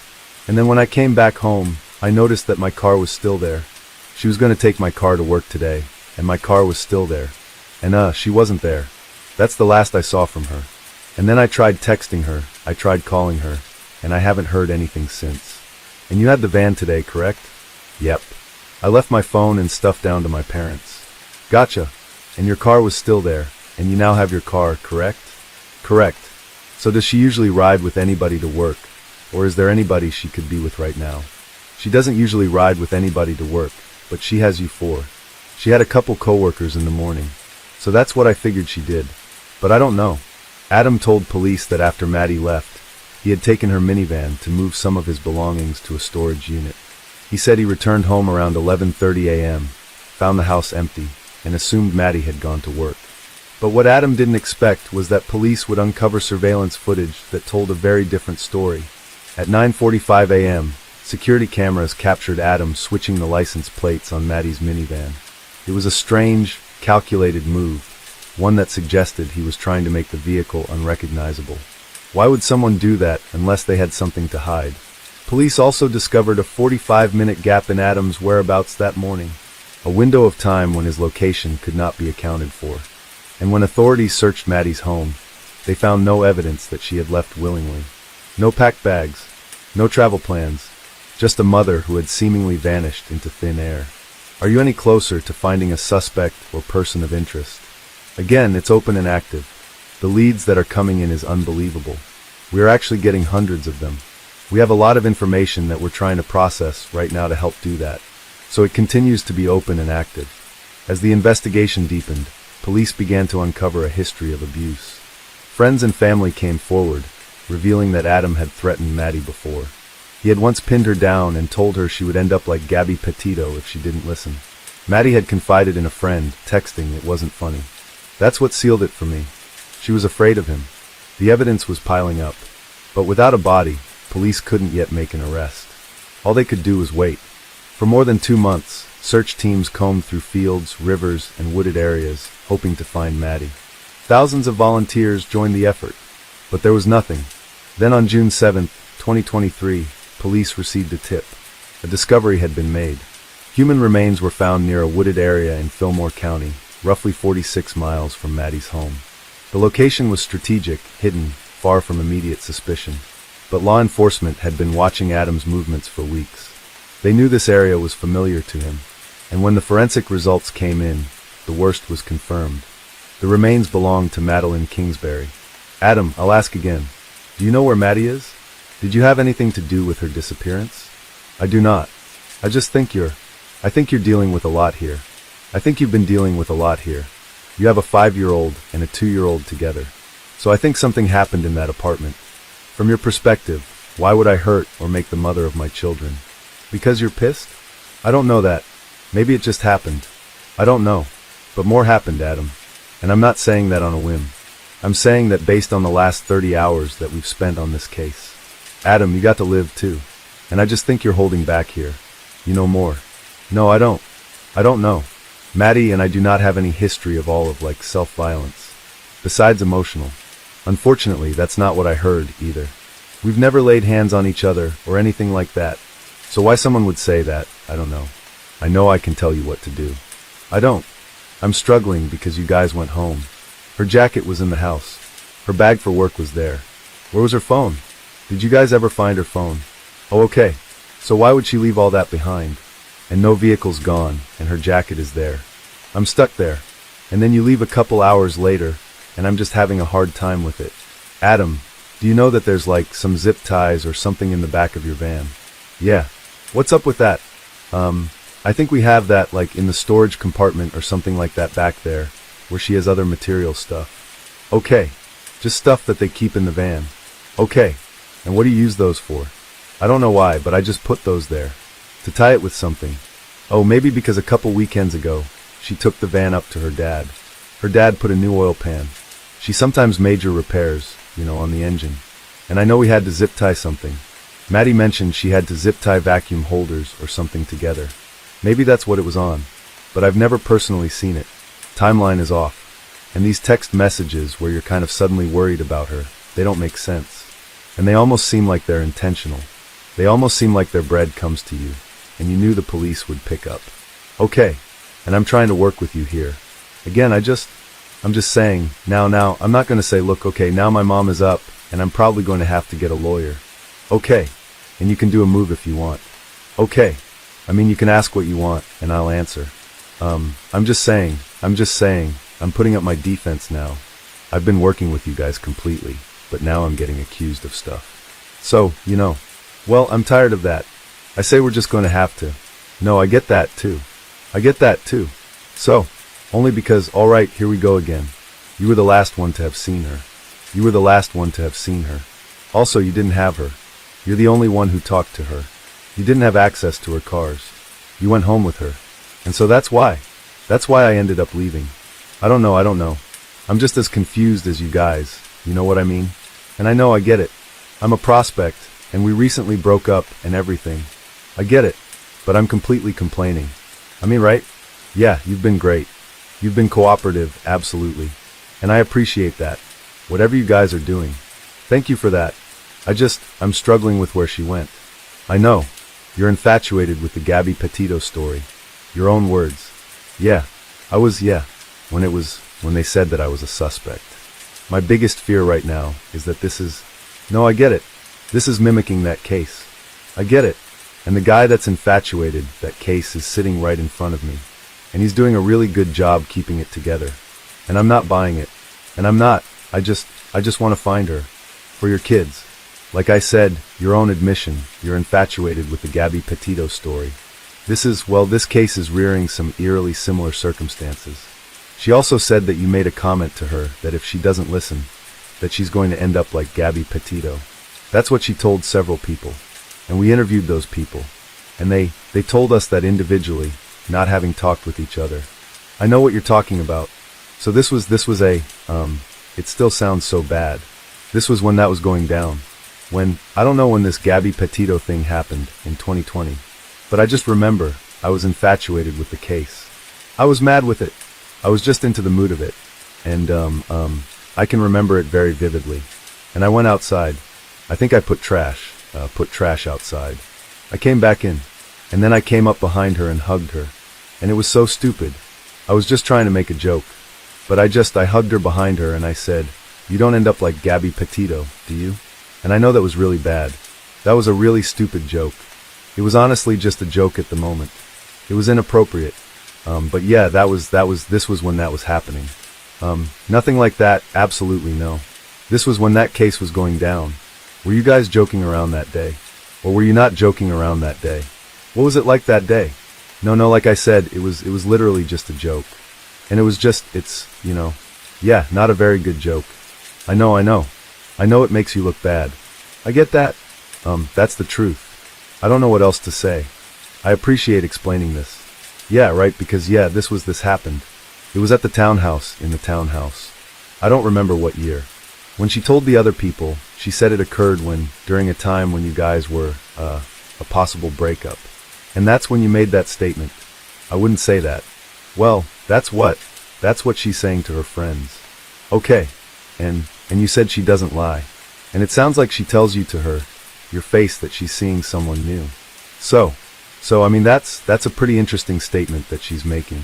And I'm trying to learn about her through her words to other people, through her phone, through her co-workers, through her friends, through her family, through you. Okay. And I can tell you that it appears that this relationship was not going super well. To the point that she's wanting to get out of there as soon as possible. I would agree with the last thing you just said about wanting to get out of the hospital, because if that was the case, it would have happened a while ago. On June 9th, 2023, police moved in. Adam Fravel was arrested and charged with second-degree murder. The man who had tried to deceive investigators, the man who had acted indifferent while Maddie's family searched for her, was now in handcuffs. My sister, Madeline, who's been missing since March 31st of this year from Winona, her ex, Adam Fravel, has officially been arrested. Finally, he's been arrested. He is at Winona County Jail right now. And I'm not ready to say a lot right now. We're kind of waiting on some more information right now. But yes, I can confirm he has been arrested. The truth was finally coming to light, with Maddie's remains recovered and the evidence against Adam Fravel mounting. Prosecutors moved forward with charges of second-degree murder. The courtroom was tense as the case unfolded, with Maddie's family and friends watching closely, determined to see justice served. Prosecutors painted a chilling picture of Maddie's final hours. They argued that Adam had killed Maddie in a fit of rage, fearing that she was about to leave him. Evidence showed that after the daycare drop-off, Maddie never left the house alive. Instead, Adam used her own minivan to dispose of her body, driving 46 miles to Fillmore County, where she was later found buried in a remote wooded area. The prosecution presented a damning collection of evidence. Adam's contradictory statements, surveillance footage of him switching license plates, and digital forensic data tracking his movements to and from the disposal site. Testimonies from friends and family detailed Adam's violent tendencies and disturbing threats, including the time he pinned Maddie down and told her she would end up like Gabby Petito. In contrast, Adam's defense team struggled to counter the prosecution's overwhelming case. He pleaded not guilty, denying any involvement in Maddie's death. But his lack of cooperation, refusal to assist in the search, and cold, emotionless demeanor in court only further cemented suspicions against him. Throughout the trial, Maddie's family remained steadfast, showing unwavering strength as they listened to the heartbreaking details of her final moments. They were no longer just grieving loved ones. They were advocates for justice. After weeks of testimony, evidence, and deliberation, the verdict was read. Well, the jury coming back a little bit after 11 o'clock today to deliver these verdicts on 4 counts. There's first-degree murder, there's 2 counts of that, and then 2 counts of second-degree murder. In the end, for sentencing, it really only matters about sentencing on the top count here. But, this is something that the prosecution said was very much a case about digital evidence. Something you didn't see 10 years ago, 20 years ago. So much about location data and text messages. A lot of the text messages that really illustrated a volatile relationship between Adam Fravel and Maddie Kingsbury. And afterwards, her family and her friends all expressed the importance they feel of the work of using this case to help women who are victims of domestic abuse. The weight of the truth had prevailed, and Adam Fravel was finally held accountable for taking Maddie's life. For Maddie's family, it was a step toward closure, but the pain of losing her would never fade. Madeline Kingsbury's life was stolen far too soon, but her story does not end with her tragic death. She was more than a victim. She was a mother, a daughter, a sister, and a woman with dreams and ambitions. She was loved by many, and her impact on those who knew her will never fade. While her family found some relief in seeing Adam Fravel convicted, their fight is not over. Justice for Maddie is not just about a guilty verdict. It's about making sure no one else suffers the same fate. In the wake of her murder, Maddie's family has become advocates for domestic violence awareness and missing persons cases. They have used their voices to shed light on the warning signs of abusive relationships, urging people to recognize when a loved one may be in danger. When you think of her story of, leaving her kids at the daycare, ready to go to work, a mom who loves her children, it just resonates with everyone. And people want to know what happened. They are fighting for better protections for victims of coercive control and intimate partner violence, ensuring that others don't feel as trapped as Maddie did. Her story has sparked conversations nationwide, reminding people that domestic violence doesn't always look the way we expect, that sometimes the most dangerous relationships are the ones hidden behind closed doors, that victims like Maddie don't always get a second chance to escape, and that as a society, we must do more to support those who feel they have nowhere to turn. Though her children will grow up without their mother, they will grow up knowing who she was, how deeply she loved them, and how hard she fought to give them a better life. Maddie's family, friends, and supporters will ensure that her memory lives on, not just as a cautionary tale, but as a symbol of strength, resilience, and the urgent need for change. Madeline Kingsbury was more than just a headline. She was a fighter. She was a mother. She was a light that should never have been dimmed. And as long as her name is spoken, as long as her story is told, she will never be forgotten. This is for Maddie. This is for justice. Case 6. It was early morning on Anjuna Beach, a place known for its beautiful shores and wild parties. But on this day, something was terribly wrong. A passerby, walking along the sand, spotted something unusual. As they got closer, they realized it was the body of a young woman, barely dressed and lifeless. Just hours earlier, she had been out enjoying the night, surrounded by music, lights, and new friends. But somewhere between the crowded bars and the quiet beach, something went horribly wrong. Who was with her in those final moments? What really happened that night? And why did the people in charge seem so eager to brush it off? This is the story of Scarlett Keeling, a girl who came to India for an adventure, but never made it back home. Scarlett Keeling was born in July 1992 in England.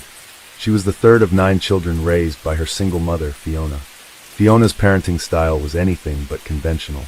She lived life on her own terms, unapologetically defending her choices. Fiona's life had been far from easy.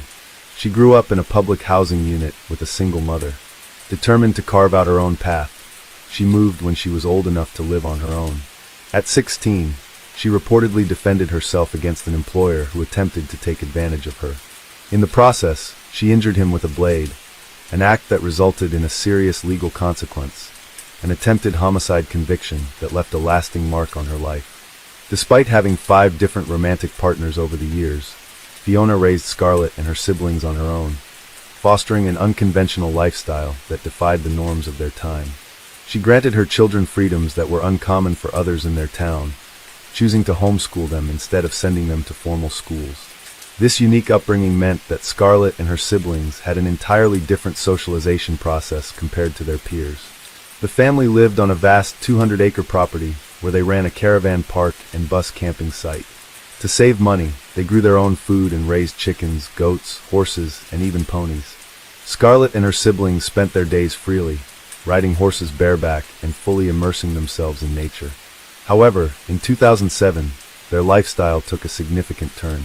Fiona had started a relationship with 47-year-old Rob Clark, and together, they decided to embark on a cultural adventure that would take them far from home. Their plan was to travel to India, explore new opportunities, and possibly start a business. Their idea? Renting out ponies for rides, believing that their appeal to children could generate a steady income. To fund their journey, the family took an 8-month break from their usual routine. They sold one of their ponies and pooled together every last penny from the family welfare subsidies they received. Then, on November 22, 2007, Fiona, Rob, and 8 of her children boarded a flight to Goa, India. The eldest child, however, chose to remain in England. Adapting to life in Goa was an adjustment for the family. The cultural differences, language barriers, and constant exposure to people were stark contrasts to their secluded life in England. Fiona had always been open about alcohol. She knew her children enjoyed drinking and partying and had no objections, as long as they didn't go overboard. While she discouraged drug use, she believed that outright prohibitions were pointless. Kids would find ways to rebel anyway. Instead, she chose to educate them about risks and trusted them to make responsible choices. In Goa, Scarlett embraced her newfound freedom, expanding her social circle and making the most of her independence. Given the family's financial situation, the older children had to find ways to support themselves.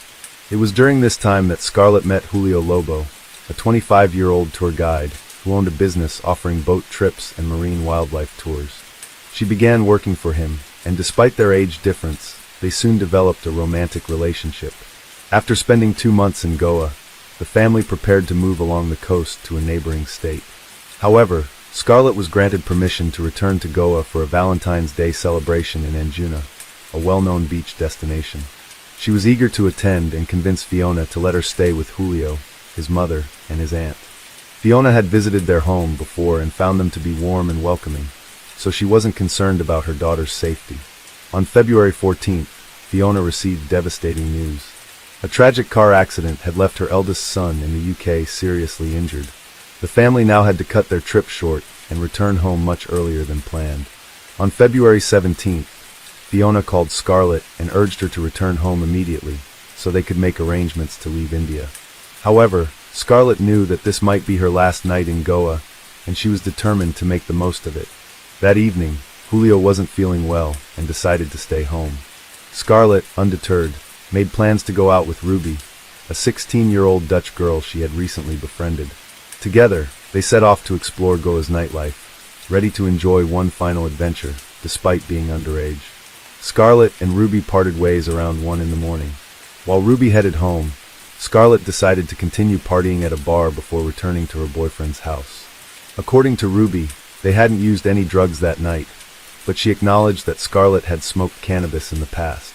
She couldn't rule out the possibility that, if offered, Scarlett might have taken some substances.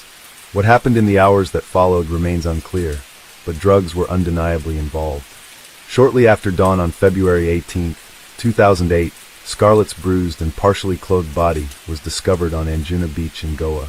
An anonymous caller alerted the authorities, prompting the local police to arrive at the scene. Investigators noted in their reports that her clothing was scattered nearby, along with a pair of orange sneakers that did not belong to her. Scarlett's family was notified of her death, and they rushed back to Goa to determine what legal steps to take. A post-mortem examination revealed multiple bruises and clear signs of struggle, ruling out the possibility of an accidental death. However, in a shocking twist, one of the lead investigators held a press conference, publicly declaring that the British teenager had died accidentally after passing out on the beach due to drug consumption. This statement devastated Scarlett's family, especially Fiona, who had seen her daughter's body firsthand. She knew that the investigators' claims were a complete fabrication. Fiona was introduced to lawyer Vikram. Determined to seek justice, Vikram drove Fiona around Goa on his scooter, visiting one government office after another, demanding that Scarlett's case be treated as a crime rather than an unfortunate accident. At one point, while Vikram was speaking with the pathologist who had conducted the autopsy, Fiona managed to slip behind them and secretly take photographs of Scarlett's body. She needed proof, evidence that the authorities were denying, as they insisted on pushing the narrative of an accidental death. On March 2nd, Fiona made bold accusations in front of British journalists, claiming that Goa's police were covering up the sexual assault and murder of her daughter to protect the region's reputation as a paradise for foreign tourists. She pointed out that the authorities had made no real effort to investigate and cited a glaring example. When she returned to the beach the day after Scarlett's death, she found her daughter's torn clothing still lying there, completely unguarded. If the police had truly conducted a proper investigation, why had they left crucial evidence behind? The overwhelming public outcry forced officials to conduct a second autopsy on March 3rd. This time, the findings supported Fiona's suspicions. Scarlett's body showed extensive evidence of violent struggle and sexual assault. The most severe injuries were concentrated around her pelvis and upper back, indicating she had been forcefully restrained. Further toxicology results revealed a mix of drugs in her system, including ecstasy, cocaine, and LSD. Though her lungs contained water, common in drowning victims, the amount was insufficient for a typical drowning. Moreover, the water was heavily contaminated with sand, suggesting that she had been submerged in shallow water, making an accidental drowning unlikely. Given this new evidence, the forensic team concluded that the case should be officially investigated as a homicide. Despite this, both the police and Goa's chief minister initially resisted reclassifying Scarlett's death as a murder. They continued to frame it as an accident, even as the case gained international media attention. Eventually, under immense pressure, the concealed information was released. A British carpenter named Michael Mannion had been one of the last people to see Scarlett alive. Around 3 a.m., he spotted her collapsing outside a bar. Suspicious-looking men quickly approached her, but Michael intervened, telling them to leave her alone. He described Scarlett as heavily intoxicated, barely able to form coherent sentences. A short while later, he saw her enter the bar's kitchen, where she mingled with the staff. Among them were 30-year-old bartender Samson D'Souza and 39-year-old employee Placido Carvalho. Witnesses later confirmed that Scarlett had taken more drugs in their company, including cocaine. At around 5 a.m., Michael saw Scarlett lying on the ground in the parking lot, intoxicated and helpless, with Samson on top of her. Alarmed, he shouted at them, sensing something was amiss, but he ultimately walked away without intervening. Based on these statements, on March 9th, 2008, Indian authorities arrested Sampson. He was the last person seen with Scarlett before her death, and witnesses confirmed his involvement in her final hours. Shortly after, Placido, who was rumored to be a drug dealer, was also taken into custody. Both men remained in jail until their first court appearance, where they were formally charged with manslaughter, serious sexual assault, destruction of evidence, use of criminal force with intent to outrage a woman's modesty, and administration of drugs with intent to cause harm.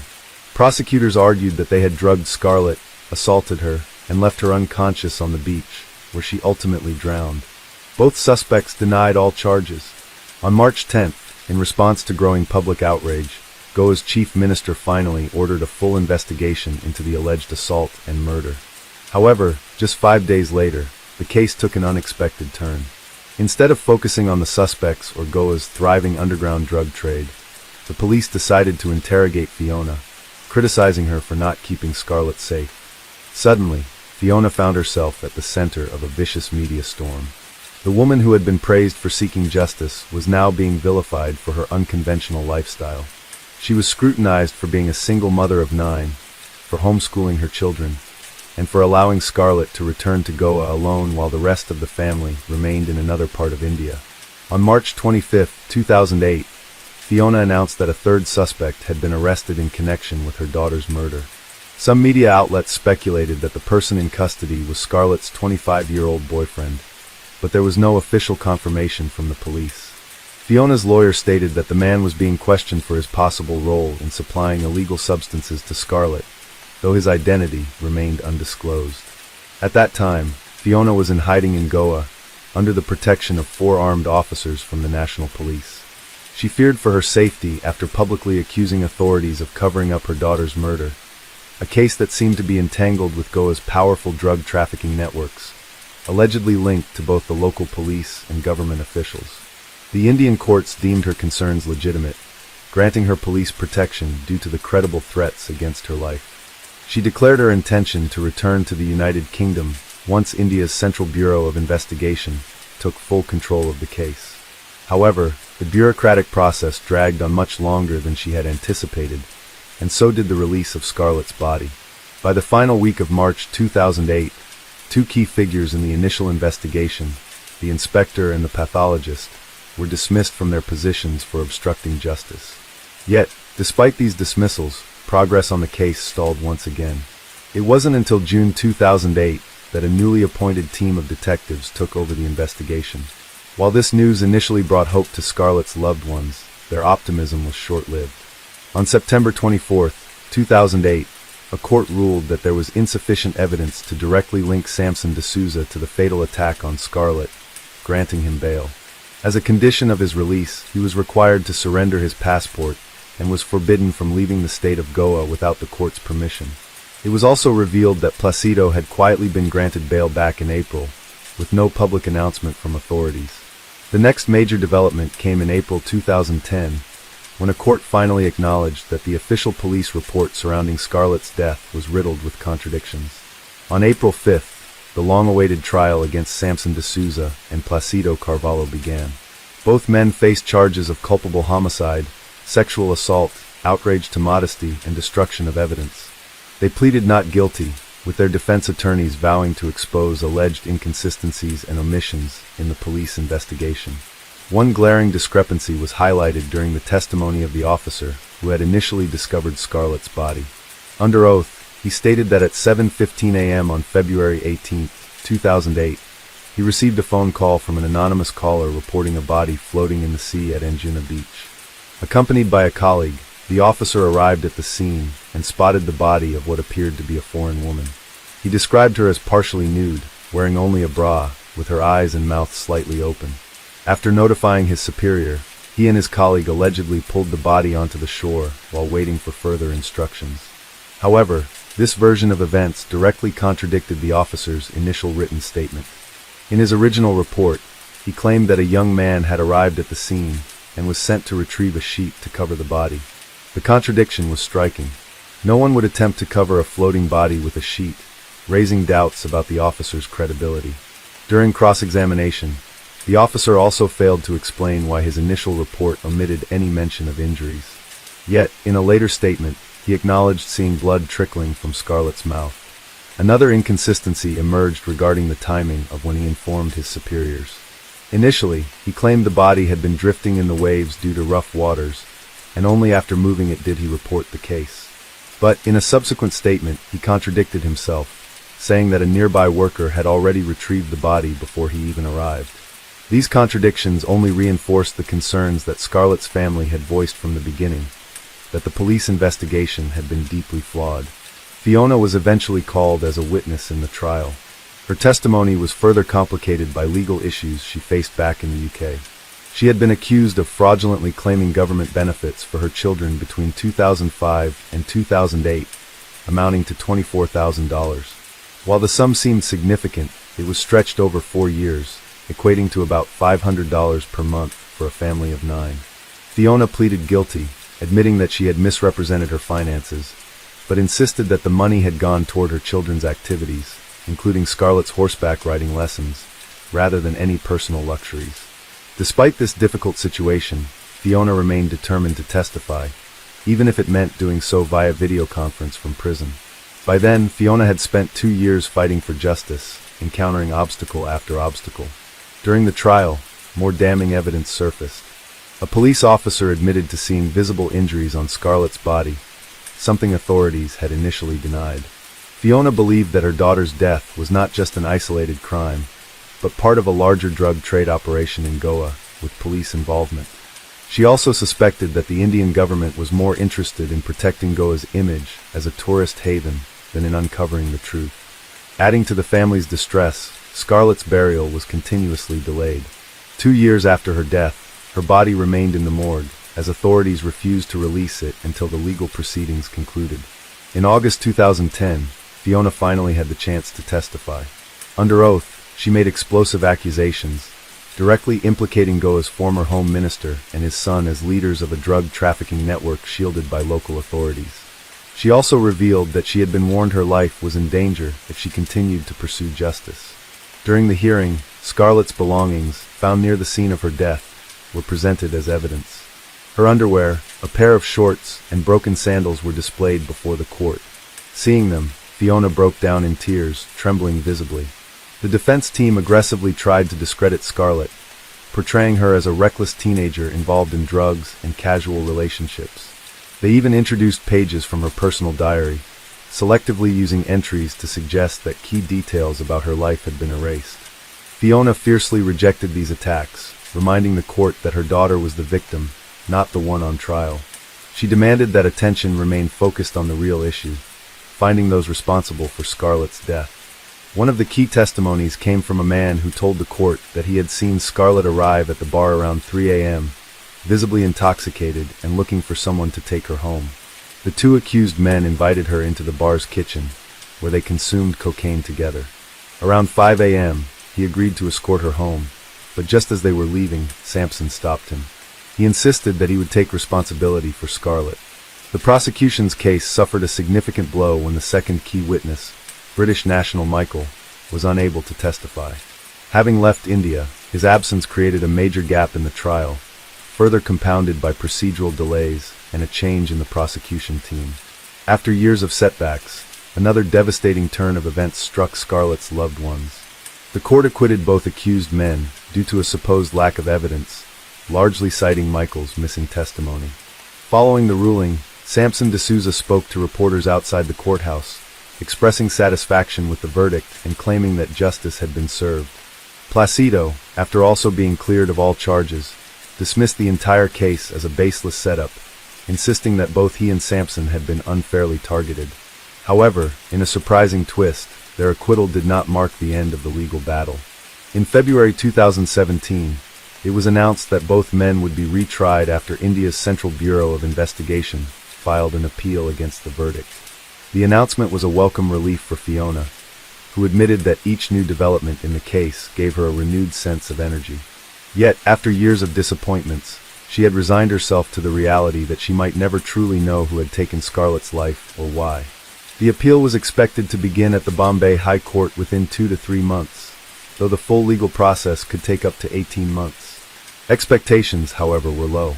Vikram, Fiona's lawyer, admitted that while there was a good chance both men would be convicted, it would likely be for the lesser charge of culpable homicide rather than murder. The mishandling of the case in its early stages had severely weakened the possibility of securing a full murder conviction. After years of legal stagnation, a breakthrough finally came in 2019. In a hearing at the High Court, the previous acquittal of Samson D'Souza was overturned, marking the beginning of a new trial.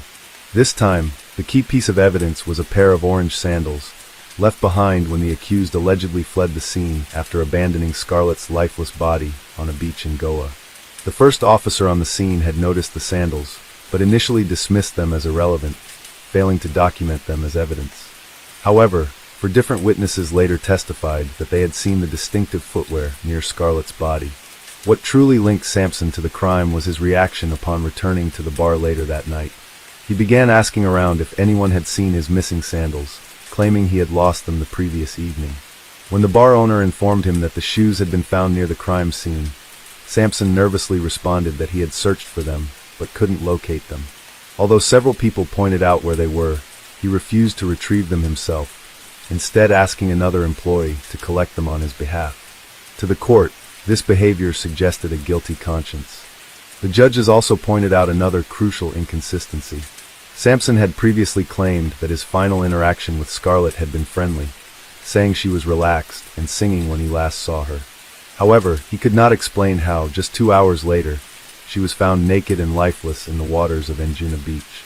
Ultimately, the highest court sentenced Samson D'Souza to 10 years in prison for culpable homicide, not amounting to murder, criminal assault, outrage to a woman's modesty, administering drugs with intent to cause harm or death, and destruction of evidence. Additionally, he was convicted under GIOA's child protection laws for failing to provide a safe environment for a minor. Meanwhile, Placido Carvalho was acquitted of all charges related to complicity in the crime. Reacting to the verdict, Fiona expressed relief that the man responsible for Scarlett's death was finally facing justice. She took particular solace in the fact that Samson was sentenced to rigorous imprisonment, meaning he would be required to work while behind bars. However, she also reflected on the immense toll the case had taken on her. She had endured years of accusations about her parenting, scrutiny over her lifestyle, and even attacks on Scarlett's character. Despite the long and painful process, she believed the outcome was ultimately a victory. Scarlett had received the justice she deserved. While she was ready to move forward and rebuild her life, Fiona remained vocal about the barriers she had faced at every stage of the investigation. One of the most heartbreaking examples was the excruciating delay in reclaiming Scarlett's body. It took 4.5 years. Case 7. Christian Michael Longo was born on January 23, 1974, to strict Jehovah's Witness parents. According to Longo's own accounts, his childhood was a good one. It included being active in his church and being trained to practice door-to-door ministry. His teenage years proceeded as normal, but he didn't date until his very late teens. And when he finally did, he met Mary Jane Irene Baker. Mary Jane was a fellow member of the Jehovah's Witness congregation in Ypsilanti, where Longo attended. He was 18 and she was 25, 7 years older than him. Mary Jane was born and raised in Michigan as a Jehovah's Witness like Longo. She worked as a secretary for the University of Michigan School of Dentistry. They met in the church parking lot. Longo, just 18 and still living with his parents, wanted to date Mary Jane. But his parents wouldn't have it. He would later recall. The couple dated, but their brief courtship would be the last time they'd experience problem-free living. They would get married within a year. But before they even got to the altar, Longo triggered money issues by buying Mary Jane a 3.5-carat diamond engagement ring that he couldn't afford. So he put it on a payment plan. Then when he inevitably couldn't come up with a payment amount 1 month, he stole $108 from the camera store he worked at. Management caught wind of the missing money and questioned the employees. Longo did not come clean. However, the next morning he claimed that his conscience got to him. So he left the money on the counter of the store along with a letter of resignation. When Longo's roommates, also Jehovah's Witnesses, got wind of the incident, they reported it to the congregation elders. Longo was sanctioned and stripped of some of his church responsibilities. Mary Jane supported him. But ultimately, the sanctions resulted in the couple not being allowed to be married in their church's Kingdom Hall. Longo said that he learned his lesson from that incident and was repentant, stating, "I was determined that I would never do anything along those lines again." Anything that was not only illegal, but immoral, unsavory. But that didn't seem to be the case. Longo had an addiction to cars, nice clothes, and traveling to exotic places. So it didn't take long for him to max out the couple's credit cards. And once they began having children, and Mary Jane quit her job to stay at home and take care of them, their financial struggles became insurmountable. The couple welcomed 3 children into their family. Zachary, born in 1997, Sadie, born 14 months later, and Madison, born in October 1999. Having also quit his own job, he told Mary Jane and his friends and family that he got a new job working at a distribution company for the New York Times. It's unclear whether he actually worked there or not. But regardless, while he was there, he started reading articles by Michael Finkel, an investigative journalist for the Times. He became fascinated with the author. He'd read all of his articles. He wanted to be rich and famous like him, traveling the world and enjoying the status that he did. Then, after his last 2 children were born, Longo quit his job at the distribution company and decided to start a construction cleaning business. But with no money coming in, he had to get resourceful. So he created a fake driver's license, used it to test drive a van from the Pontiac dealership, and never returned. He changed the plates on the stolen van and used it for his business, cleaning up construction sites. The business was initially successful, but it didn't last. So, soon he was back in the same financially desperate situation, and lying to family and friends about it, leading them to believe the business was successful as he continued to bury himself and his family deeper into debt. He told friends that he had won a boat and 2 jet skis in a contest. He bought 2 cars, but one of them was repossessed, and the other one broke down. Then, along with the money problems, came problems in the marriage. In May of 2000, Mary Jane confided in her sister that she had found emails that her husband had sent to another woman. Mary Jane ultimately confronted her husband about the messages, and his response to her was she wasn't any fun anymore since she had the children, and that he didn't love her anymore. Mary Jane was devastated, but she was also determined to stay with her husband and make it work. She told the elders of the congregation about the emails and their situation, and the church sanctioned Longo again, even without any proof of a physical relationship with the other woman. The couple remained together, and in late 2000, Longo turned to check fraud to come up with cash he needed. That landed him in court for the first time. He pleaded guilty, and instead of receiving the standard sentence of over a decade in prison for his offenses, he got off with a slap on the wrist. He was merely given 3 years of probation, community service, and ordered to pay restitutions far greater than what he could afford based on the exaggerated income that he reported in order to keep up appearances. The conviction was a wake-up call for Longo, who promised to both be truthful to his wife going forward and also straighten out their finances. Mary Jane stuck by his side, but his apologies did not go over as well with the church. The church got wind of this transgression and finally disfellowshipped him from the church entirely. With the disfellowshipping, Chris lost all his church co-workers, friends, and even his family. Mary Jane likewise lost her church community and only had her husband and family to cling to. Even more desperate now, Longo opened a credit card in his father's name and ran up nearly $100,000 in debt. With creditors breathing down his neck and Mary Jane's friends starting to become concerned about Mary Jane, Longo decided that they needed to make a move. They dropped everything and moved from Michigan to Toledo, Ohio, a violation of Longo's probation. They moved into a warehouse. It didn't have a kitchen, running water, or sufficient plumbing. Longo told Mary Jane that the warehouse was paid for 6 months. But it wasn't. He was still forging checks, but the move was partially successful. It disconnected Mary Jane from her family. They tried to communicate with her, but her phone had been turned off. They filed a missing persons report, but then in November, they received a letter from her from South Dakota. It stated, "Sorry we moved. Can't call now, but we'll be in touch." The family would move again whenever the police got too close to figuring out any of Longo's illegal schemes. They'd stay at motels, campsites, and anywhere that was cheap. The family finally settled in Oregon, still swindling, pawning, and stealing their way into places to stay.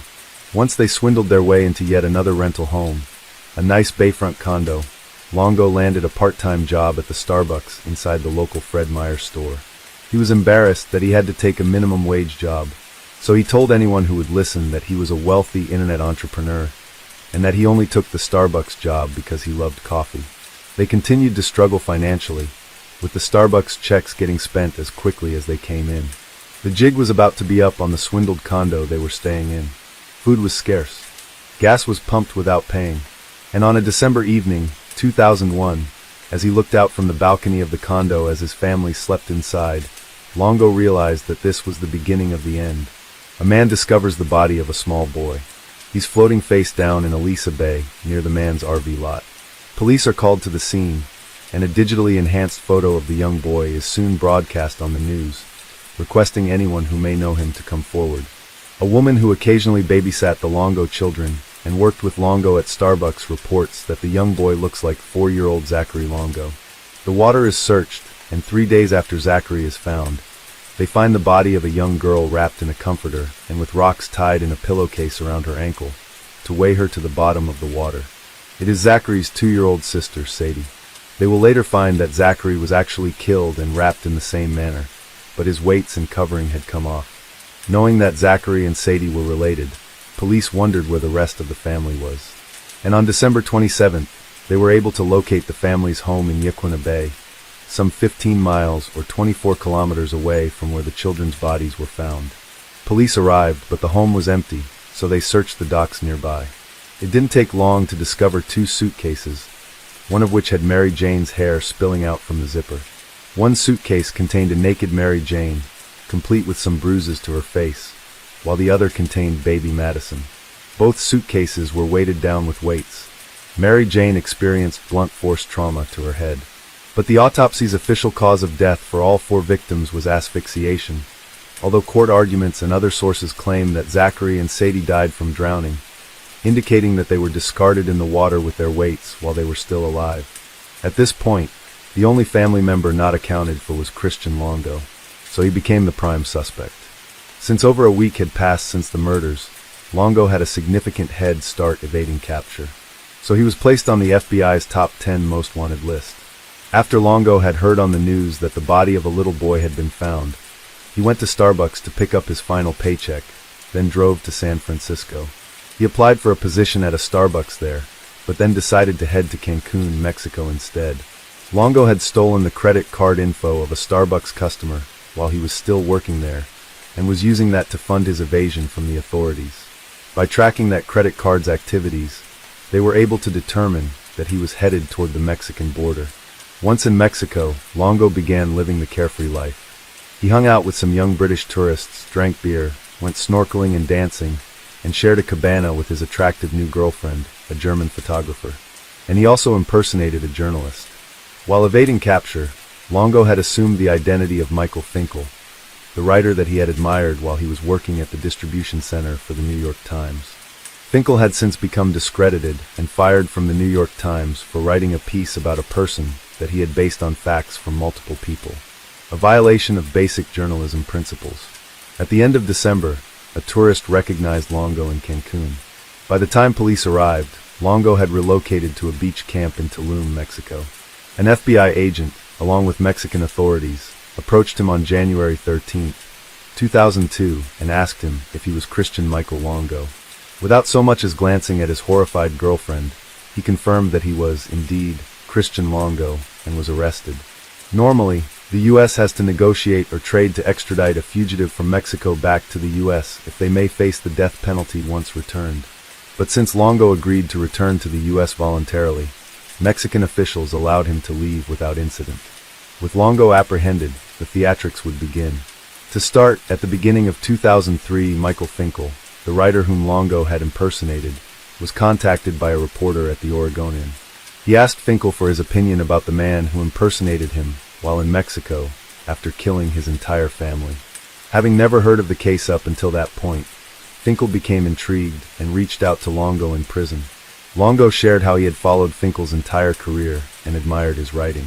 Longo agrees to tell Finkel his side of the story, but only if Finkel will give him writing lessons and promises not to share their discussions until after the trial is over. Finkel agrees, and after a short period of time, he becomes consumed with Longo.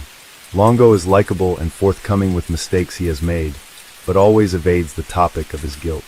The pair talk weekly over the phone and exchange thousands of pages of correspondence that include various versions of who killed whom and when, including one version where Longo outlines himself throwing the two children over the bridge into the water still alive. Despite this, Finkel starts to see similarities between himself and Longo, starts to doubt Longo's guilt, and by most accounts befriends him.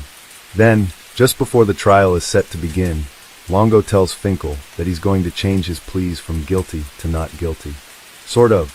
In March 2003, the trial begins, and Longo shocks everyone by pleading guilty to the murders of Mary Jane and Madison, surprisingly without a plea deal. For the murders of Zachary and Sadie, he refuses to enter a plea, so the court entered a not guilty plea on his behalf. Finkel asks Longo what's up. Longo claims that he can't share all the details because he has to protect certain unnamed people.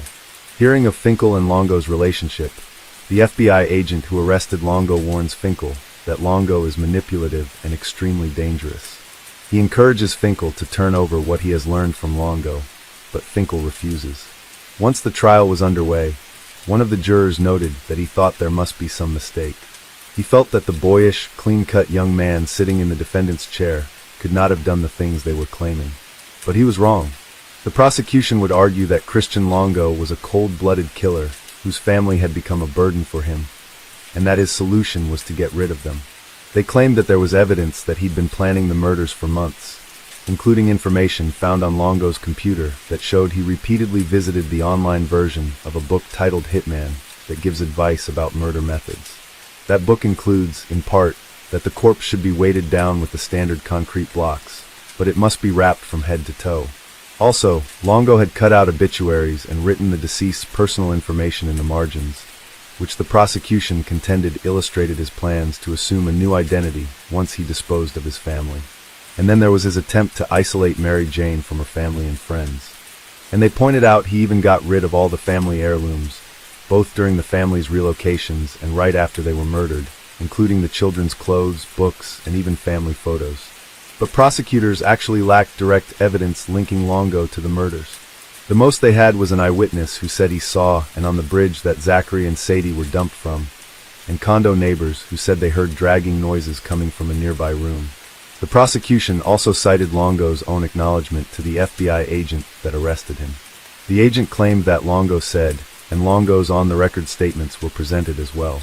Overall, they painted the picture of how Longo, heavily in debt and desperate, finally found himself at the end.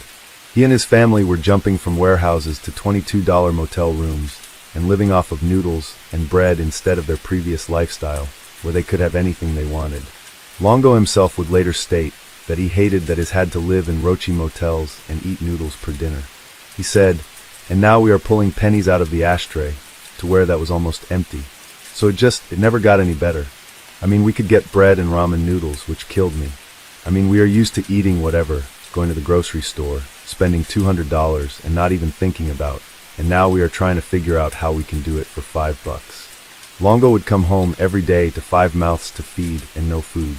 So he devised a plan to send his family to a better place, one where the pressure would be off of his shoulders. Then he discarded all of his family's personal belongings in a dumpster and told coworkers that Mary Jane was having an affair and that she and the children had moved home to Michigan.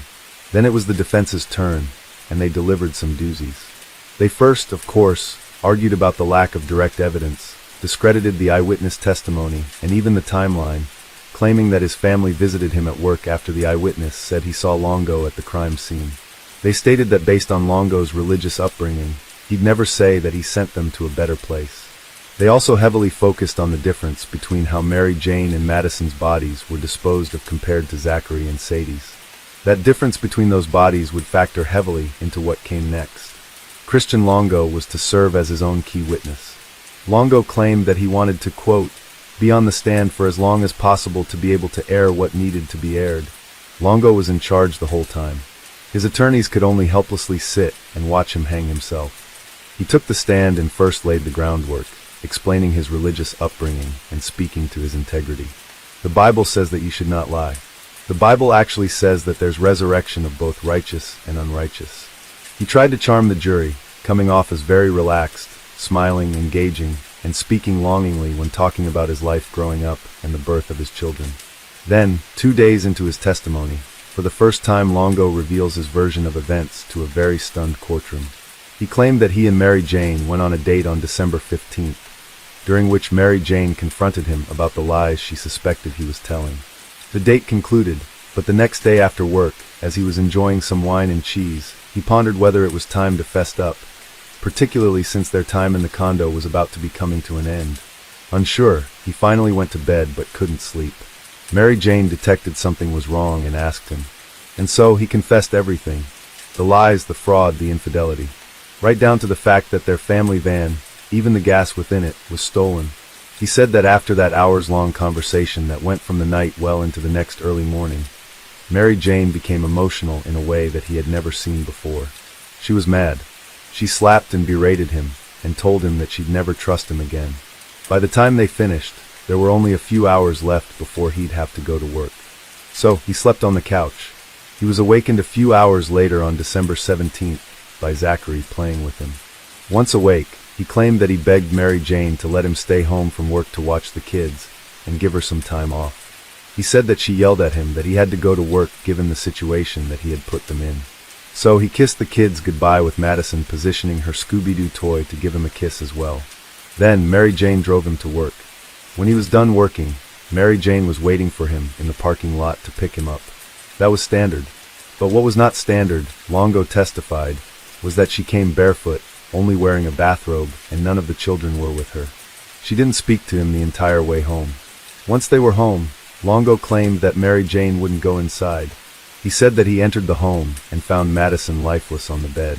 He said he had no idea what was going on.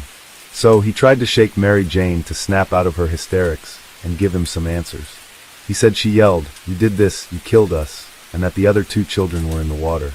He said that she explained that due to their poor financial situation, she killed both Zachary and Sadie. He claimed that Mary Jane killing the first 2 children explained the difference between the killing methods. Longo said that he lost control. He said that he wrapped his hands around Mary Jane's neck, picked her up and strangled her. Once he killed Mary Jane, he said that he decided to place her and Madison in suitcases. But when he went to retrieve Madison, he found that she was still alive. He watched her for a few minutes as she would draw breath periodically, but generally remained unresponsive. On the stand, he stated, "I didn't know what to do. Even though she was breathing, I thought of her as dead at that point." So he put his hand on her throat to cut off her air supply, and then squeezed until he said, "I knew she couldn't breathe anymore." Then realizing the large suitcase was too big for her tiny body, he stuffed it with clothes to, quote, "make it more comfortable." Then he discarded the suitcases in the water behind the condominium. The courtroom was in shock. The prosecution attempted to debunk Longo's accounts, including stating that there was no way that 110-pound Mary Jane would have been able to lift her children's bodies with the heavy rocks attached. Then they began to present a different version of events than what Longo outlined. One where, while Longo was sipping his wine and eating his cheese, he casually did the unthinkable. He placed his hand on her throat, and he began to squeeze. And in a violent struggle, she fought for her life, but she wasn't able to overcome the defendant. In a matter of 3 or 4 minutes, she was dead. After both sides made their case, the jury was sent to deliberate. And on April 7, 2003, after just 4 hours of deliberation, in addition to him already having pleaded guilty to the murders of Mary Jane and Madison, the jury also found Christian Longo guilty of the aggravated murders of 2 of his children, 4-year-old Zachary and 3-year-old Sadie. One of the jurors would later comment that the circumstantial evidence alone did not convince him, but that Longo's own testimony did him in. After the verdict, the same jury would decide Longo's penalty. They would now hear testimony to determine if Longo deserved the death penalty for the 4 murders. The prosecution argued that Christian Longo was a professional con man who was a master at manipulating everyone he encountered, and that if he were to receive any sentence other than death, he would pose a clear danger to anyone he encountered, including the prison community.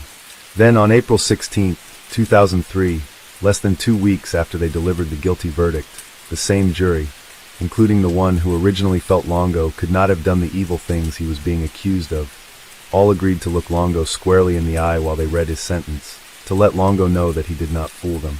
They sentenced Christian Longo to death by lethal injection. Several of the jurors would later comment that they felt that Longo's intelligence and people skills would be an ongoing threat in any situation he'd ever be in the future. So they had no choice but to sentence him to death. Upon hearing the verdict, Longo turned to Michael Finkel, who was present in the courtroom, and winked at him. It was at that moment that Finkel realized that Longo had been lying to him the entire time, and was using Finkel to make his testimony more believable. Finkel was shocked and furious.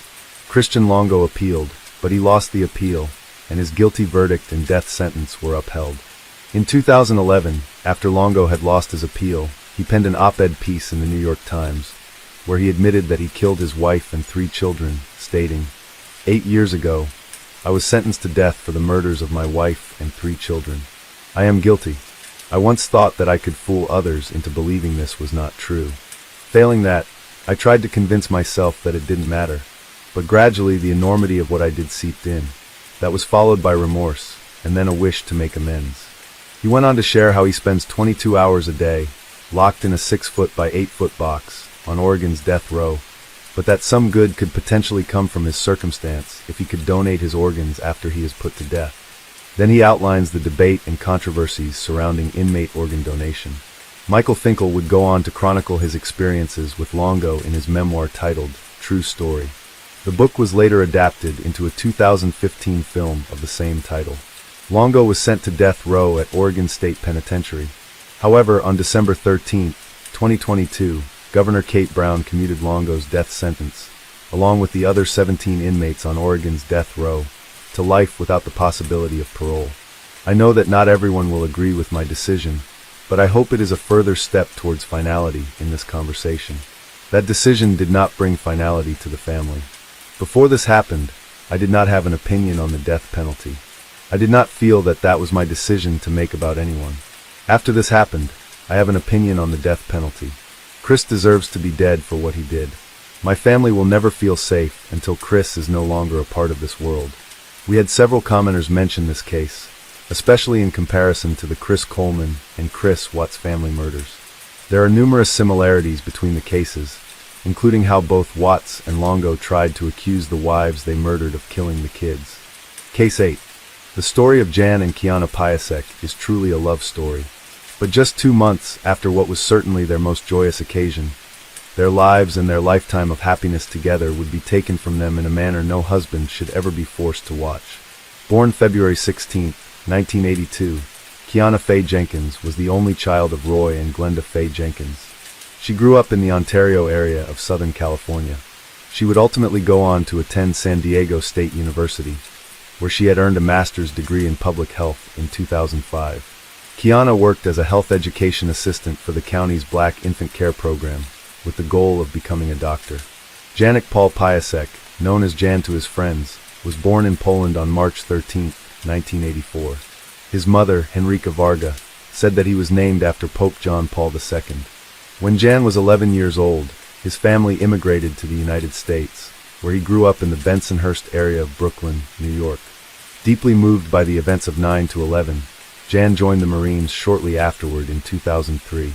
He always wanted to serve in the military and give back to his adopted country. His mother recalled him saying, "Jan served a tour in Iraq as a helicopter mechanic and ultimately achieved the rank of a sergeant." His friends and colleagues referred to him as Sergeant P, or just P. In 2005, prior to Jan being deployed to Iraq, he and Kiana met at a party for Marines being deployed to Iraq. A mutual friend of theirs who attended San Diego State introduced them. Initially, Kiana was reluctant to date a Marine, but Piasek won her over. To every person that knew the young couple, they were genuinely and deeply in love. The kind of love, the kind of partnership that everyone hopes they'll find in life. Jan's mother shared, 26-year-old Kiana and 24-year-old Jan were married on August 8, 2008. Kiana's mother shared that her daughter set that specific date so that Jan would always remember their anniversary. The couple would enjoy just 2 short months of happiness together before tragedy would strike in the form of pure evil. On October 15, 2008, when both Kiana and Jan failed to show up for work and no one could get in contact with them, co-workers from their respective jobs became concerned and both called police to request a well check. When an officer arrived at the home, he found the front door wide open and immediately called for backup. Upon entry, officers first noticed a purse with its contents dumped onto the floor near the front door, and the house smelled like both gasoline and natural gas. As soon as they entered the living room, they encountered Kiana and Jan's bound and gagged bodies on the floor. a vibrator and red candle were found near Kiana. Jan had clearly been extensively and mercilessly beaten, and Kiana had been brutally sexually assaulted, but both had been tortured before being shot and killed. The home had been ransacked and several small fires had been attempted around the home, but none had properly lighted. Police would find at least 3 distinct sets of shoe print patterns throughout the home from where the murderers had walked through the gasoline they used to try to set the fires, leaving their shoe impressions behind. One of the impressions was of a Nike Air Force One sneaker, and the other a Nike Cortez. There were also several racial slurs painted throughout the homes, walls, and mirrors. Police began questioning friends, family, and co-workers to see if anyone knew of anyone who may have issues with the couple. They found that Jan was what they call a hard charger, someone who is strict with the people who report to him, and he would call them out if they didn't do things properly. He also recently received a large bonus of $30,000, which was widely known. Police considered both of these things when evaluating potential suspects. Police initially suspected the murders may have been a racially motivated hate crime, given the slurs left at the crime scene. There was also surveillance footage at the ATM, where the killers had used Kiana's ATM card after the murders, so they had a grainy image of the suspect and knew he was wearing a blue bandana and gloves with distinct writing on them. The Naval Criminal Investigative Services, or NCIS, was called in to help local Riverside investigators given their extensive knowledge and expertise.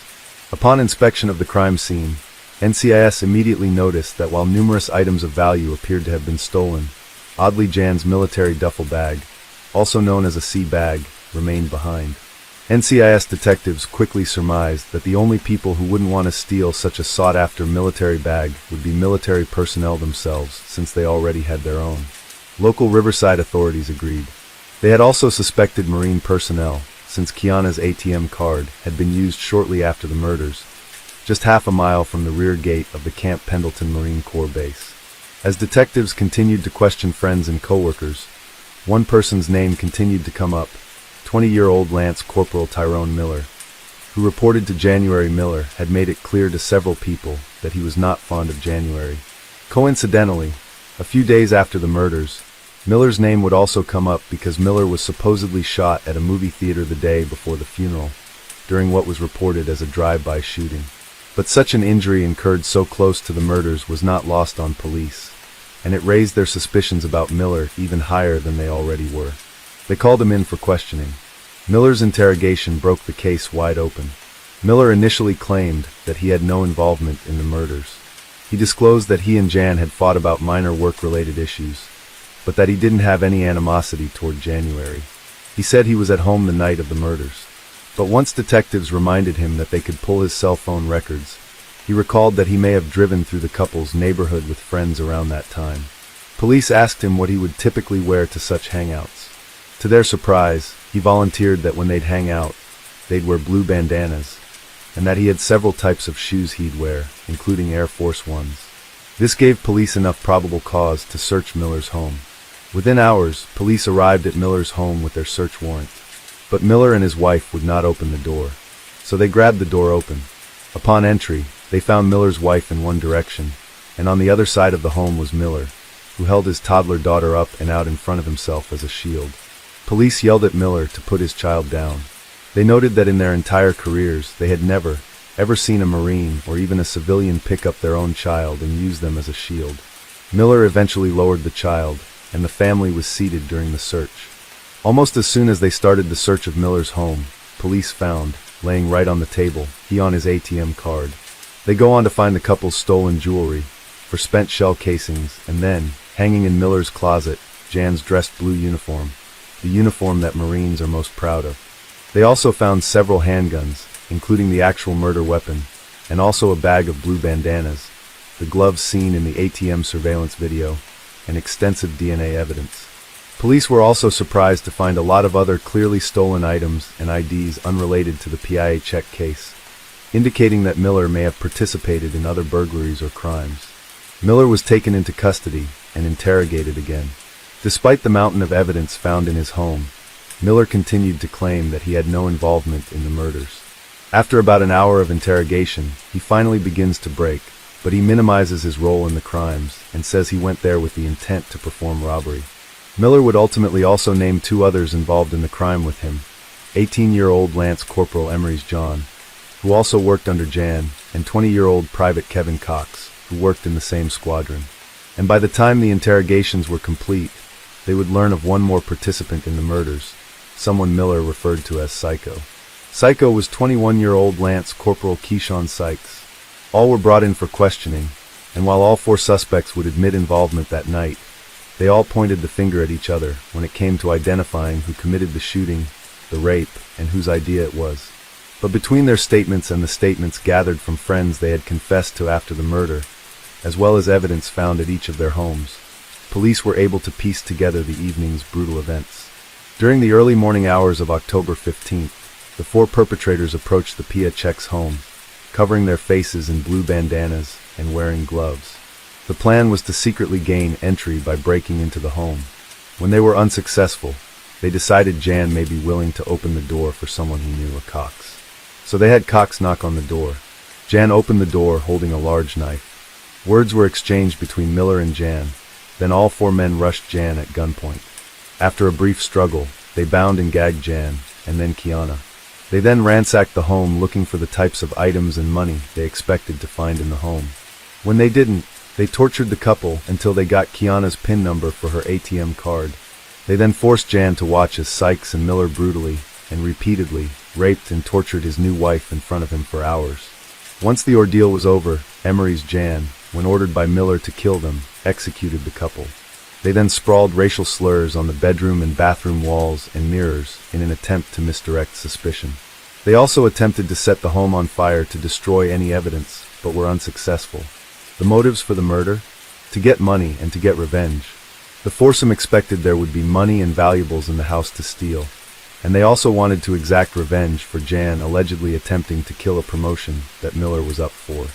However, there was no evidence to support that claim. Miller was the mastermind behind the entire plan.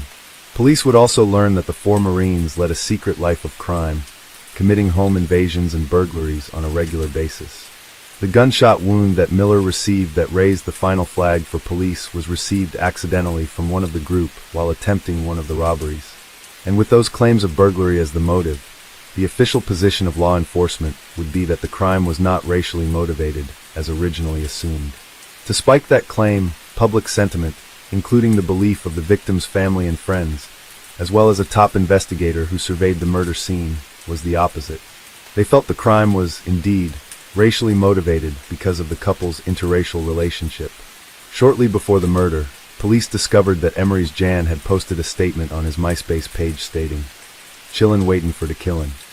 This post was used as evidence that their crime was premeditated. Special agent on the case, Matt Timmons, also noted, "Everything about this crime was premeditated. You can't expect to rob somebody you know and then not be turned in." Jan and Kiana were laid to rest on October 24th. The families decided that since the couple was committed to spend the rest of their lives together, they would bury them together so they could spend the rest of their eternity together. A full military funeral ceremony was held for the couple, including a full 21-gun salute, and they were both buried together in the Riverside National Cemetery.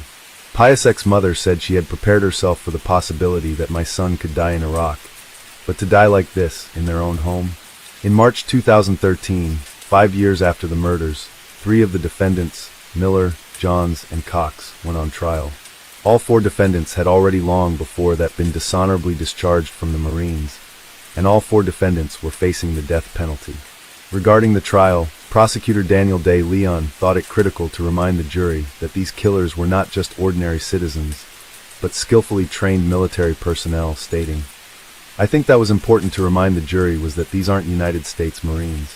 Each of these men have been trained on how to operate firearms to act covertly. They use all of that training to help them commit murder." For trial testimony, it was learned that Miller and Cox told Emery's John, "Good job, E. You earned your stripes tonight." Cox told John that he grew up that night, and John responded, "Yeah, I did, man. Yeah, I did." The first trial of the 3 defendants would last 4 months, and the jury would deliberate less than 3 days. The second trial of Keyshawn Sykes would be held 1 year later due to limited court space. The verdicts. All 4 men were convicted of 2 counts of first-degree murder, along with special allegations related to the murders like it taking place during the commission of a robbery. John was convicted as the shooter. Miller was additionally convicted of sexual assault. Sykes was additionally convicted of sexual assault as well as sexual penetration with a foreign object. Miller, John, and Sykes would be sentenced to death. Cox's life in prison, without the possibility of parole. Cox is currently serving his life sentence without the possibility of parole at Chuckawalla Valley State Prison. Chuckawalla is a medium-security prison that, at the time Cox was sent there, was running at double the capacity, holding over 3,200 prisoners, when it was designed to hold only just over 1,700. It continues to operate at 125% capacity as of 2022. Miller, John, and Sykes are currently on death row in California's San Quentin State Prison, which houses the state's only death row for male inmates in the state, and is the largest death row in the United States. All executions in the state of California, male and female, take place at San Quentin, with any women to be executed, transported there by bus.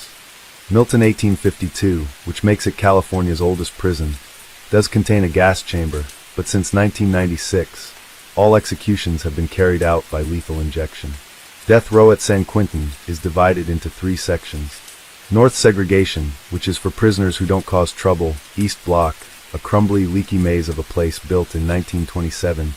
And the adjustment center, which houses the worst of the worst. Most of the death row inmates reside in that second, middle-of-the-road East block section. And in that worst of the worst section, the state was forced to build solid doors on the cells to prevent what's known as gunning down, or attacks from inmates throwing bodily waste through the cell wires. In 2019, Governor of California Gavin Newsom ordered a moratorium on the death penalty in the state.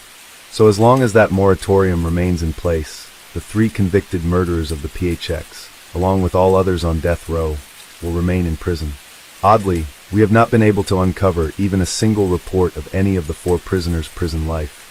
So in this case, we can only hope that their day-to-day lives are filled with even a fraction of the misery they cause the victims and their grieving families. There has been a lot of outrage posted online about the killers in this case. A cleaned-up version of general sentiment is essentially people expressing sheer disgust that Marines would carry out such acts against a fellow Marine and his wife. Most concur that because of that, the 4 killers are not and never have been Marines, so they are not even eligible to be called ex-Marines. Case 9. His name was Anthony Sowell, the man you saw casually describing how he killed his victims in that video. And like many serial killers before him, he had a troubled past, a past that shaped his twisted view of women, seeing them as nothing more than objects he could torture, harass, and kill. Anthony was one of 7 children born to Claudia Garrison, a single mother struggling to raise them all. But tragedy struck when one of Claudia's daughters, Anthony's sister, passed away, leaving behind 7 children of her own. With nowhere else to go, they moved in with Claudia, bringing the total number of kids in the household to 14. Now, you might have heard the old rhyme about the lady who lived in a shoe and had so many kids she didn't know what to do. But this was no nursery tale. According to Anthony's niece, Leona, who was one of the 7 children forced to move in, their time in that house was pure misery. Claudia subjected them to brutal beatings and relentless abuse, while her own 7 children watched from the sidelines. In one of the most horrifying moments of her childhood, Leona recalled how Claudia, the very woman who was supposed to protect and care for her, forced her to strip naked and then brutally beat her. In a later interview, Leona recalls this horrifying experience, saying, "But the nightmare didn't stop there." Claudia's own children were reportedly spared from the worst of her wrath, but for Leona and the other girls in the house, the abuse was relentless. Now, according to Leona, one of Claudia's older sons also took part in the cruelty, routinely beating and assaulting the young girls. Tragically, it didn't stop at just one person. It's said that other male relatives living in the house joined in, creating a cycle of unspeakable violence and trauma.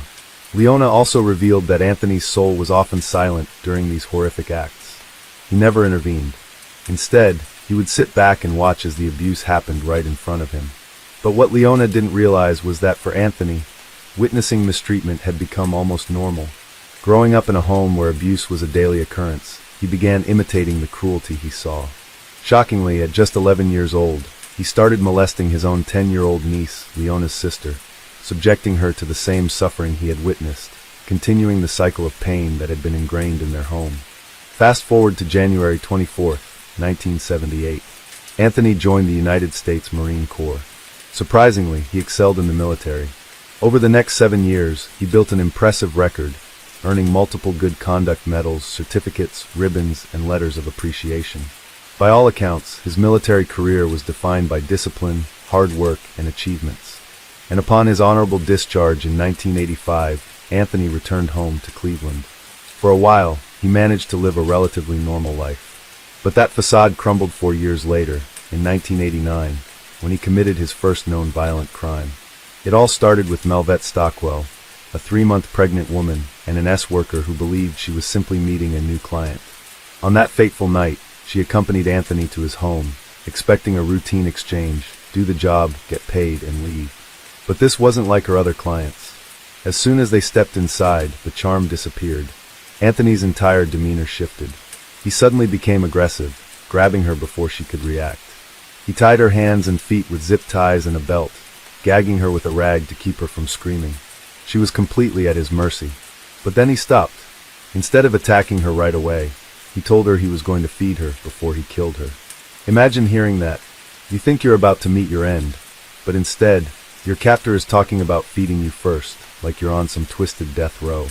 The horror of that moment must have been unimaginable. But then, out of nowhere, Anthony decided to take a nap before going through with his plan. That was her only chance. In a moment of sheer desperation, she managed to break free, escape through a window, and signal for help from the rooftop. A neighbor spotted her and called the police, and when officers arrived, they found her shaking and terrified. But miraculously, she had survived. Anthony was arrested and charged with rape, and kidnapping. In 1989, 3 women from the same street as Anthony had already been murdered. As it turned out, Anthony was already on the authorities' radar, but despite the charges against him, he pleaded guilty to rape and was sentenced to only 5 to 15 years in prison. While behind bars, Anthony underwent multiple psychological evaluations, yet he continuously insisted he would never commit such acts again. Despite his disturbing past, Anthony managed to convince the system that he had reformed. What's even more chilling is that he was not classified as a sex offender, meaning that when he was released in 2005, he was free to roam the streets of Cleveland, Ohio, just like any other citizen. That same year, he moved into 122205 Imperial Avenue, a house that would soon become infamous. However, 2 years later, Anthony lost his job at a local factory under mysterious circumstances. Unemployed, he began collecting benefits and making money on the side by working as a scrap metal collector. But as his financial situation deteriorated, so did his mental state. He became more withdrawn, spending most of his time in his house, avoiding neighbors, and becoming more erratic in his behavior. Those who lived nearby noticed a change in him as he looked unkempt, distant, and was no longer the same person they had once known. Then came the turning point. Anthony began a relationship with a woman named Lori, a niece of the governor in Cleveland, and they quickly spiraled into a toxic cycle of heavy drug use, particularly crack. But while Anthony was sinking deeper into addiction, Lori wanted out. And so, in 2007, when Anthony was fired from his job at the factory, Lori saw it as her chance to break free. She left him, determined to leave that world behind. Anthony, however, was far from ready to let go. The heartbreak shattered something inside him, sending him into a dark spiral. He stayed behind on Imperial Avenue, but from that moment on, his reclusive tendencies became even more pronounced. He withdrew into himself, his behavior becoming more unstable. And then the horrors began. That same year, a 10-year-old girl living nearby vanished without a trace. Just months later, another woman, a 33-year-old nursing assistant named Tashana Culver, disappeared. Tashana had struggled with drug addiction, but she was also a dedicated healthcare worker, trying her best to turn her life around. No one reported her missing. No police alerts. No flyers. Just another woman gone. 2 months later, 25-year-old LaShonda Long, a mother of 3, also vanished. Then in October of 2008, 45-year-old Michelle Mason, who had 2 sons and was a devoted volunteer for the local AIDS task force, was also reported missing. Her mother, terrified, went to the police in early December. She begged them to look into her daughter's disappearance, but nothing happened. The case remained open, and no one connected the dots. Meanwhile, over on Imperial Avenue, a gut-wrenching stench was growing worse by the day. The entire neighborhood complained. A smell so rancid it made people gag just walking past. And the most disturbing part? Anthony Soul himself reeked of it. Whenever someone wrinkled their nose and questioned the putrid odor clinging to him, Soul had a ready excuse. "It's that damn sausage factory next door," he'd say with a shrug. And somehow people believed him. After all, Ray's Sausage had been in business for over 5 decades, and well, it was a meat factory. Maybe it really did stink. But the complaints kept piling up. Eventually, City Hall got involved, sending inspectors to investigate. The pressure was on, and Ray's Sausage was forced to take drastic action, spending over $30,000 on deep cleaning, new ventilation systems, and odor-eliminating technology. And yet, the smell didn't go away. It clung to the air, thick and putrid. By this time, Soul was unraveling. In early December of 2008, a terrified woman ran straight to a police car parked in the neighborhood, bleeding, shaking, and screaming. She claimed Soul had attacked her, dragged her inside his house, choked her, and attempted to assault her. When police stormed Soul's foul-smelling home and arrested him, he had his own version of the story, insisting that she was the criminal, that she had tried to rob him. Both bore scratches and bruises, making it difficult for officers to determine who was telling the truth. With no clear evidence, both were arrested, but later released due to insufficient proof. Just a month later, in January of 2009, Kim Smith, a 44-year-old woman who had been caring for her elderly father, disappeared. That year alone, 5 more women, Nancy Cobbs, Imelda Hunter, Janice Webb, Talisha Fortson, and Diane Turner, vanished without a trace. The alarming number of missing women in such a small area didn't go unnoticed by the community. Residents began organizing searches, handing out flyers, and trying to bring attention to the disappearances. Shockingly, Anthony himself joined these efforts, blending in with those who were desperately searching for the very women he had taken. Then came October of 2009. A woman named Shawn Morris visited Anthony's house, seemingly unfazed by the overpowering stench that clung to the air. The two spent the evening drinking, using drugs, and talking. Nothing intimate, just casual conversation. The next morning, as she prepared to leave, she realized she had left her ID upstairs. As she walked up to retrieve it, she suddenly heard a chilling click sound from behind her. Before she could react, Anthony lunged at her, attacking her without warning. He overpowered her, assaulted just like so many before her, and then went through the house, locking all the doors and windows. It became clear that he had no intention of letting her go. But Shawn saw a fleeting moment of opportunity, one she knew she had to take. Summoning all her strength, she threw herself out of a 3rd-story window, crashing 30 feet to the ground below. Anthony, realizing what had happened, bolted downstairs, completely unclothed, desperate to drag her back inside. But this time, fate wasn't on his side. 2 passers-by witnessed the horrifying scene and immediately called 911. The call you already heard back in the intro. Because of them, Shawn was rushed to the hospital with severe injuries, including multiple broken bones. Despite the brutal attack, she chose not to speak to the police about what had happened. However, someone else would, just a week later. On October 27th, a woman named Latundra Billups came forward to share her own horrifying experience with Anthony Soul. She had been through a terrifying ordeal back in September, one that followed the same pattern as before. She had gone to his house for a drink, only for him to suddenly turn violent. Unlike so many others, she was lucky enough to survive. However, the trauma had kept her silent.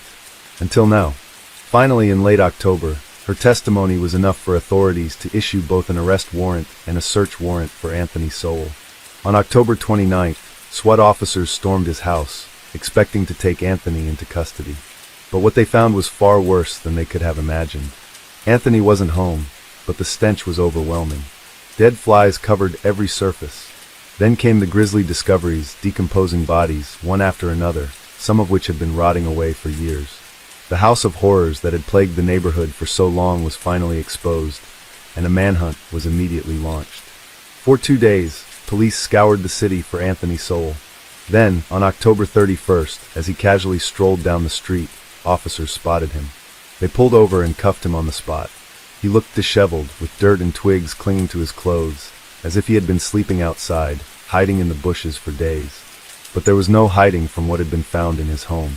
What happened in this house behind me is simply a nightmare, and there are a lot of deeply disturbing questions for authorities here. There were 6 bodies found in this house last week. This morning, we know there are more. We discovered for additional, what we believe to be for bodies. It appears that this man had a sustainable appetite that he had to fill. To shed light on Anthony's victims, let's get to know them before their lives were consumed by addiction, because they all had stories, dreams, and struggles. They had every reason to keep going, and there was no reason for them to be murdered. Crystal Dozier, a mother of 7, was 35 years old when she vanished in May 2007. Her son, a U.S. Marine, desperately searched for her, but she wouldn't be found until police unearthed her remains in Anthony's backyard 2 years later. Loved ones recalled that Crystal had turned to drugs after losing one of her children, a pain that consumed her. Despite her struggles, she was a devoted mother who, in another life, could have had a different ending. Tizhana Culver was 33 years old, a trained nursing assistant and cosmetologist who had once envisioned a future helping others. However, tragedy struck when her boyfriend took his own life, sending her into a spiral of grief and addiction. At one point, she lived only 4 houses away from Anthony, unaware of the fate that awaited her. She disappeared in June 2008, leaving behind loved ones who never stopped wondering what had happened to her. LaShonda Long, just 25 years old, was the youngest of Anthony's victims. A mother of 3, she disappeared 3 months after Tizhana. No one even filed a missing persons report for her, a heartbreaking reflection of how addiction often isolates its victims from the support they need. Her remains were never fully recovered, only her skull was found in Anthony's basement.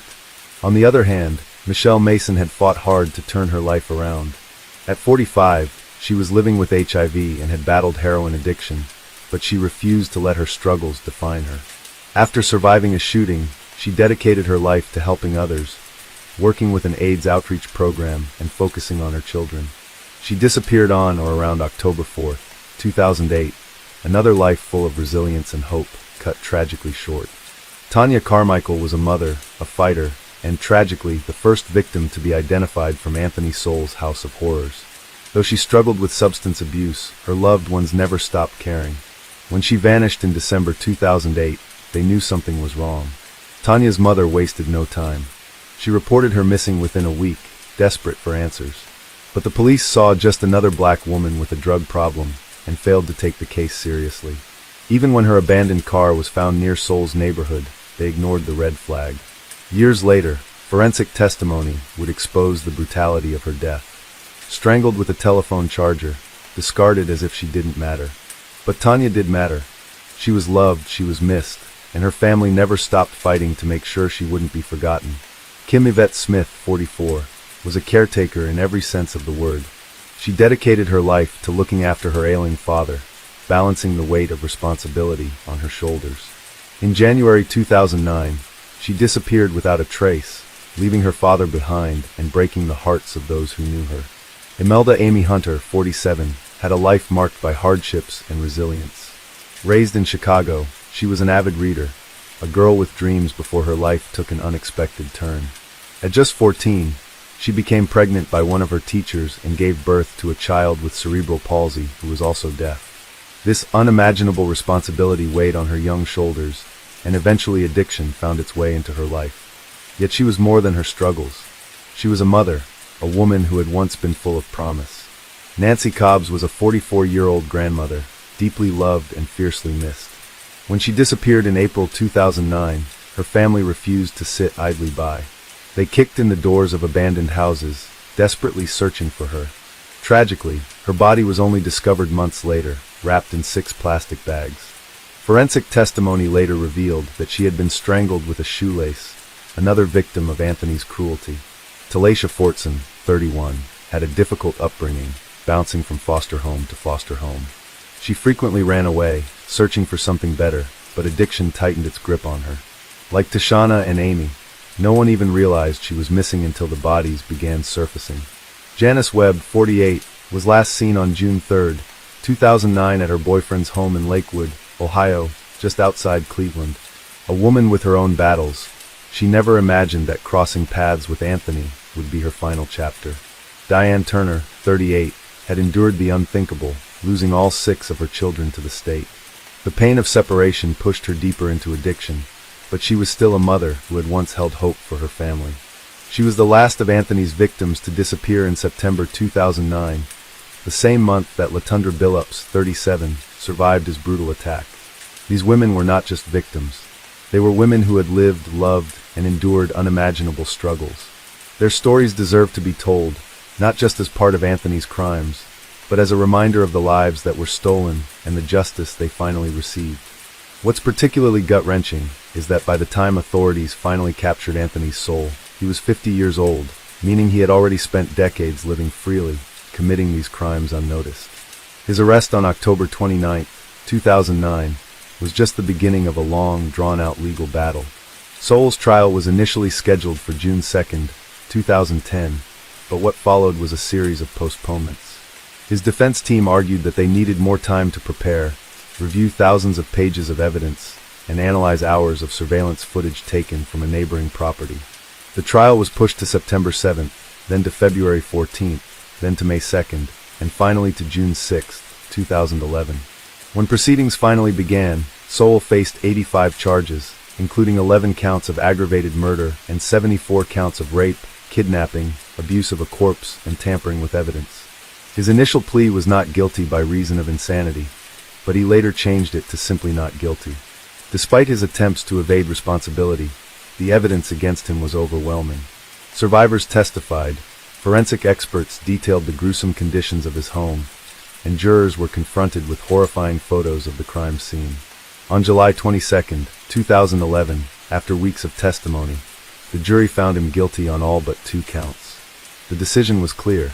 Anthony Soul was a serial killer who had preyed on the most vulnerable women in his community.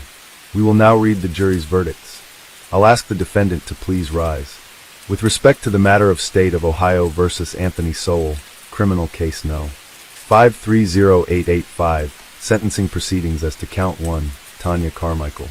We, the jury being duly impaneled and sworn, do hereby find that the aggravating circumstances which the defendant was found guilty of committing do outweigh the mitigating factors presented in this case by proof beyond a reasonable doubt.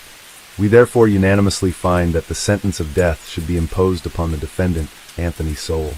All 12 jurors have signed their name to this verdict form and have not completed the additional form with respect to life without parole as directed by the court. Moving on then to count 7, sentencing proceedings relating to Nancy Cobbs. When it came time for sentencing, the prosecution argued that Soul showed no remorse for his crimes. The jurors agreed. On August 10th, they recommended the death penalty, and 2 days later, Judge Dick Ambrose upheld their decision. Soul was officially sentenced to death on September 14, 2011. He was transferred to death row at Chillicothe Correctional Institution, a stark contrast to the freedom he had once used to terrorize his victims. Soul and his attorneys spent years filing appeal after appeal, arguing that excessive media coverage, a closed courtroom, and poor legal representation had denied him a fair trial. The Ohio Supreme Court rejected his appeal in December 2016, and when he took the case to the United States Supreme Court in 2017, they declined to hear it. By May 2020, Soul had exhausted all legal options. Then, before the state could carry out his execution, fate stepped in. On February 8, 2021, at age 61, Soul died in a prison hospital from an unspecified terminal illness. Some speculated liver failure or cancer, but no official cause was released. He may be gone, but the nightmare he created still lingers, a haunting reminder of how he not only took lives, but lived among the dead, sleeping beside his victims' corpses. The trauma he inflicted didn't just disappear with his death, it still weighs heavy on the community. In fact, in 2021, 5 of Soul's surviving victims bravely shared their stories and snapped, notorious, exposing the horrors they endured and the failures that let it happen. And here's the harsh reality. Back then, when black women went missing, law enforcement barely lifted a finger. And let's be real, this isn't an isolated case. We've covered multiple cases just like this, including another infamous strangler from Charlotte, who also murdered 11 black women. The red flags were everywhere, but officers failed to connect the dots. Was it carelessness, or did they just not care? Eventually, the city of Cleveland had to answer for its failures, paying out $1.3 million in settlements to the families of Soul's victims. But here's the question. Was that justice, or just a price tag for neglect? Now, I want to hear from you. Do you think there were more victims than the ones officially linked to him? Considering the unsolved murders of women in that area, could some of those cases be connected to Soul? Drop your thoughts below, and if you want to dive deeper into similar cases, check out our channel. We've got more to uncover. Case 10. Decades ago, on a cool afternoon in Utah, a couple was driving along in their car on a state road near Maidenwater. It was April 20th, 1998, and the day seemed uneventful until something unusual caught their eye. Against the brown soil and shrubs was a black sleeping bag. Something sitting there looked suspicious to them, so they stopped and they walked over, and that's when they discovered that it was a body. They noticed the sleeping bag was lumpy, as if something was inside it. Both ends were sealed in silver duct tape, and a child's playmat was sticking out, wrapped up in whatever was inside. By the time they reached it, they could make out the shape of a person. Startled, they called the police. The Garfield Sheriff's Department responded quickly, and when they arrived, began opening the bag. First, they unrolled the sleeping bag, then the playmat, and found more layers of plastic and trash bags inside. At the center was the body of a woman. Her entire head and face were wrapped in duct tape, obscuring her features completely, and her body was frozen solid, despite the fact that the weather outside was not below freezing. This discovery near Maidenwater Spring, close to Lake Powell, would later be known as the infamous Maidenwater case. The killer went to great lengths to hide the victim's identity, and it took years to even figure out who she was, let alone solve this case. Hello friends, this week's case is about the persistence of a detective who never gave up, and people in the true crime community who put in their own passion into volunteering for answers, and the leaps and bounds that forensic science have taken us. The body appeared to be of a 30 to 40-year-old woman of Hispanic or Native American descent, with shoulder-length dark brown hair. She appeared to have a freckled complexion, but most notably was the gunshot wound to her head, and she was wearing nothing but a bloodied bra. An autopsy conducted would reveal she had been shot execution style, and her fingertips were cut off, likely by the killer to prevent identification. There were signs she had been frozen, which preserved her facial features but masked her time of death. Speaking of her features, there was a mole below her right ear, one that would be instrumental in her identification later. Her teeth indicated she had received professional dental work and had tattooed eyebrows, so she likely wasn't homeless and took care of herself. Due to the lengths the killer went to, investigators believed they were experienced and had done this before. It could be a hitman or a serial killer. The investigation focused on the rope used to bind her arms and legs, hoping to obtain some DNA from it that would help identify her. However, sending it to the crime lab yielded nothing other than the victim's own DNA on it. The same was true for the duct tape and other materials retrieved at the time. Further efforts to cross-reference her identity in the National Crime Information Center and FBI database showed nothing. 20 years went by, and the case grew frustratingly cold. Then, a potential breakthrough occurred in 2008. What stood out was the ropes that she was tied up with were very unique, complex series of knots that she was tied with. Terry Kimball, Scott Kimball's uncle, was also tied up with rope with very similar type knots. Our Maidenwater victim was wrapped in a children's playmat. Scott Kimball's son was interviewed, and he was shown a picture of this children's playmat carpet, and he stated that he had one identical to that. Scott also worked at a meat packing company and had access to refrigeration trucks used during transport, which could explain how the victim was frozen. Scott was known for executing his victims and leaving them in isolated areas, often wrapping them in rugs and tape. Similar to how the Maidenwater woman was found, Scott Kimball was serving multiple life sentences in Colorado for killing 4 individuals. This seemed to be a solid lead, but no DNA evidence could link the case to Scott, and he denied any involvement. As a result, they couldn't charge him with anything. Other than the similarities, there was nothing concrete to charge him with the crime. The case frustratingly went cold again, but Detective Davis worked tirelessly and never forgot the victim. But given the tools available to him, he was doing his best. Then, years later, in 2018, Agent Davis held a press conference where he circulated the post-mortem photo of the Maidenwater victim in public. Because they needed help, the image quickly gained traction in the online true crime community, especially in popular forums such as Web Sleuths, where members began their own investigation and dissection of the case. It just so happened that Sergeant David Sweeney, who was revisiting a cold case, had uploaded Lena Reyes Getty's information to NAMUS. NAMUS is the National Missing and Unidentified Person System in the U.S., accessible to anyone who wants to help identify missing persons. Lena Reyes Getty's, a woman who had been reported missing from Youngstown, Ohio in 1998. But it wasn't a detective or private investigator who linked the two cases. Instead, a private citizen in California, who Davis describes as someone fascinated with true crime stories, Mandy Hart. It just so happened that David and Sweeney uploaded their photos around the same time. So it was pure coincidence, but the lucky break the case needed.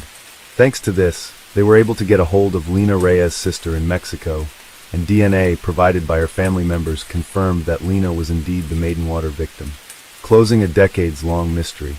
Lena, a 37-year-old accomplished ballet dancer with a university degree, had been celebrated as the shining star of her family. 2 years before her 1998 disappearance, she married Edward Geddes, around 30 years older and a businessman. In what was his third marriage, Edward Geddes owned a commercial soap chemical business in Youngstown, Ohio. Lena's disappearance in 1998 was reported by her family in Mexico, but strangely Edward never reported her missing. It was Lena's family who notified the police after she failed to show up for a trip that she was supposed to take but never made. Finally, the investigation could now focus on who had ended Lena's life. They interviewed her friends and family, hoping to learn more about her life before she vanished. They soon uncovered what can only be described as foreshadowing. Lena had confided in her friend about the fear she had of her own husband and had secretly passed a note to her in English class, urging the friend to contact her family if anything were to happen to her. She had spoken of her husband's abusive behavior towards her. She also said she suspected her husband of murdering his second wife, and this is why she was fearful for her life. Investigators then turned their attention to her husband Edward Geddes, and soon enough he became the prime suspect. At the beginning of this video we showed you a clip from Edward's interrogation, and it was incredibly unsettling, because he practically described what his wife was wearing when she was found, and notice how he describes her in the past tense, when she was only reported missing at the time. Watch. The morning, Wednesday morning, April 8th. Edward claims that his wife took her flight home to Mexico. You know what flight? What flight? Company, what plane? I thought it was a U.S. Air flight that I gave you. She was going to take cash with tickets at the airport. I told her to take a credit card, and she took my credit card. Wednesday morning, April 8th. We left, I guess, 6:45 a.m. We had Chickies the dog with us. She had packed a cosmetic case, a suitcase, I think a hanging bag, and she had a sleeping bag, okay, which was going to be a present for one of her little cousins. I always like to go out to the backyard and, like camp. He had a little hut and things like that. So she was in her bag. She had this sleeping bag. I had rolled it some bitch up tight. That's an odd combination to carry, but it was going to be a present for Paco. For a trained detective, these unsolicited explanations are strong indications of potential lies. Because a liar would try extra hard to make you believe their lies, someone telling the truth wouldn't have to do that. Unfortunately, the detective here did not pick up on any of these clues. Listen to the rest of the interrogation, and tell me what other unsolicited explanations you pick up. It was kind of a sleeping bag.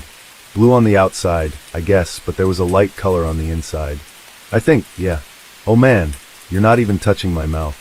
That's in case we, who knows, might find something out. We have to find a sleeping bag. Well, since I talked to you, I'm gonna have to say one thing.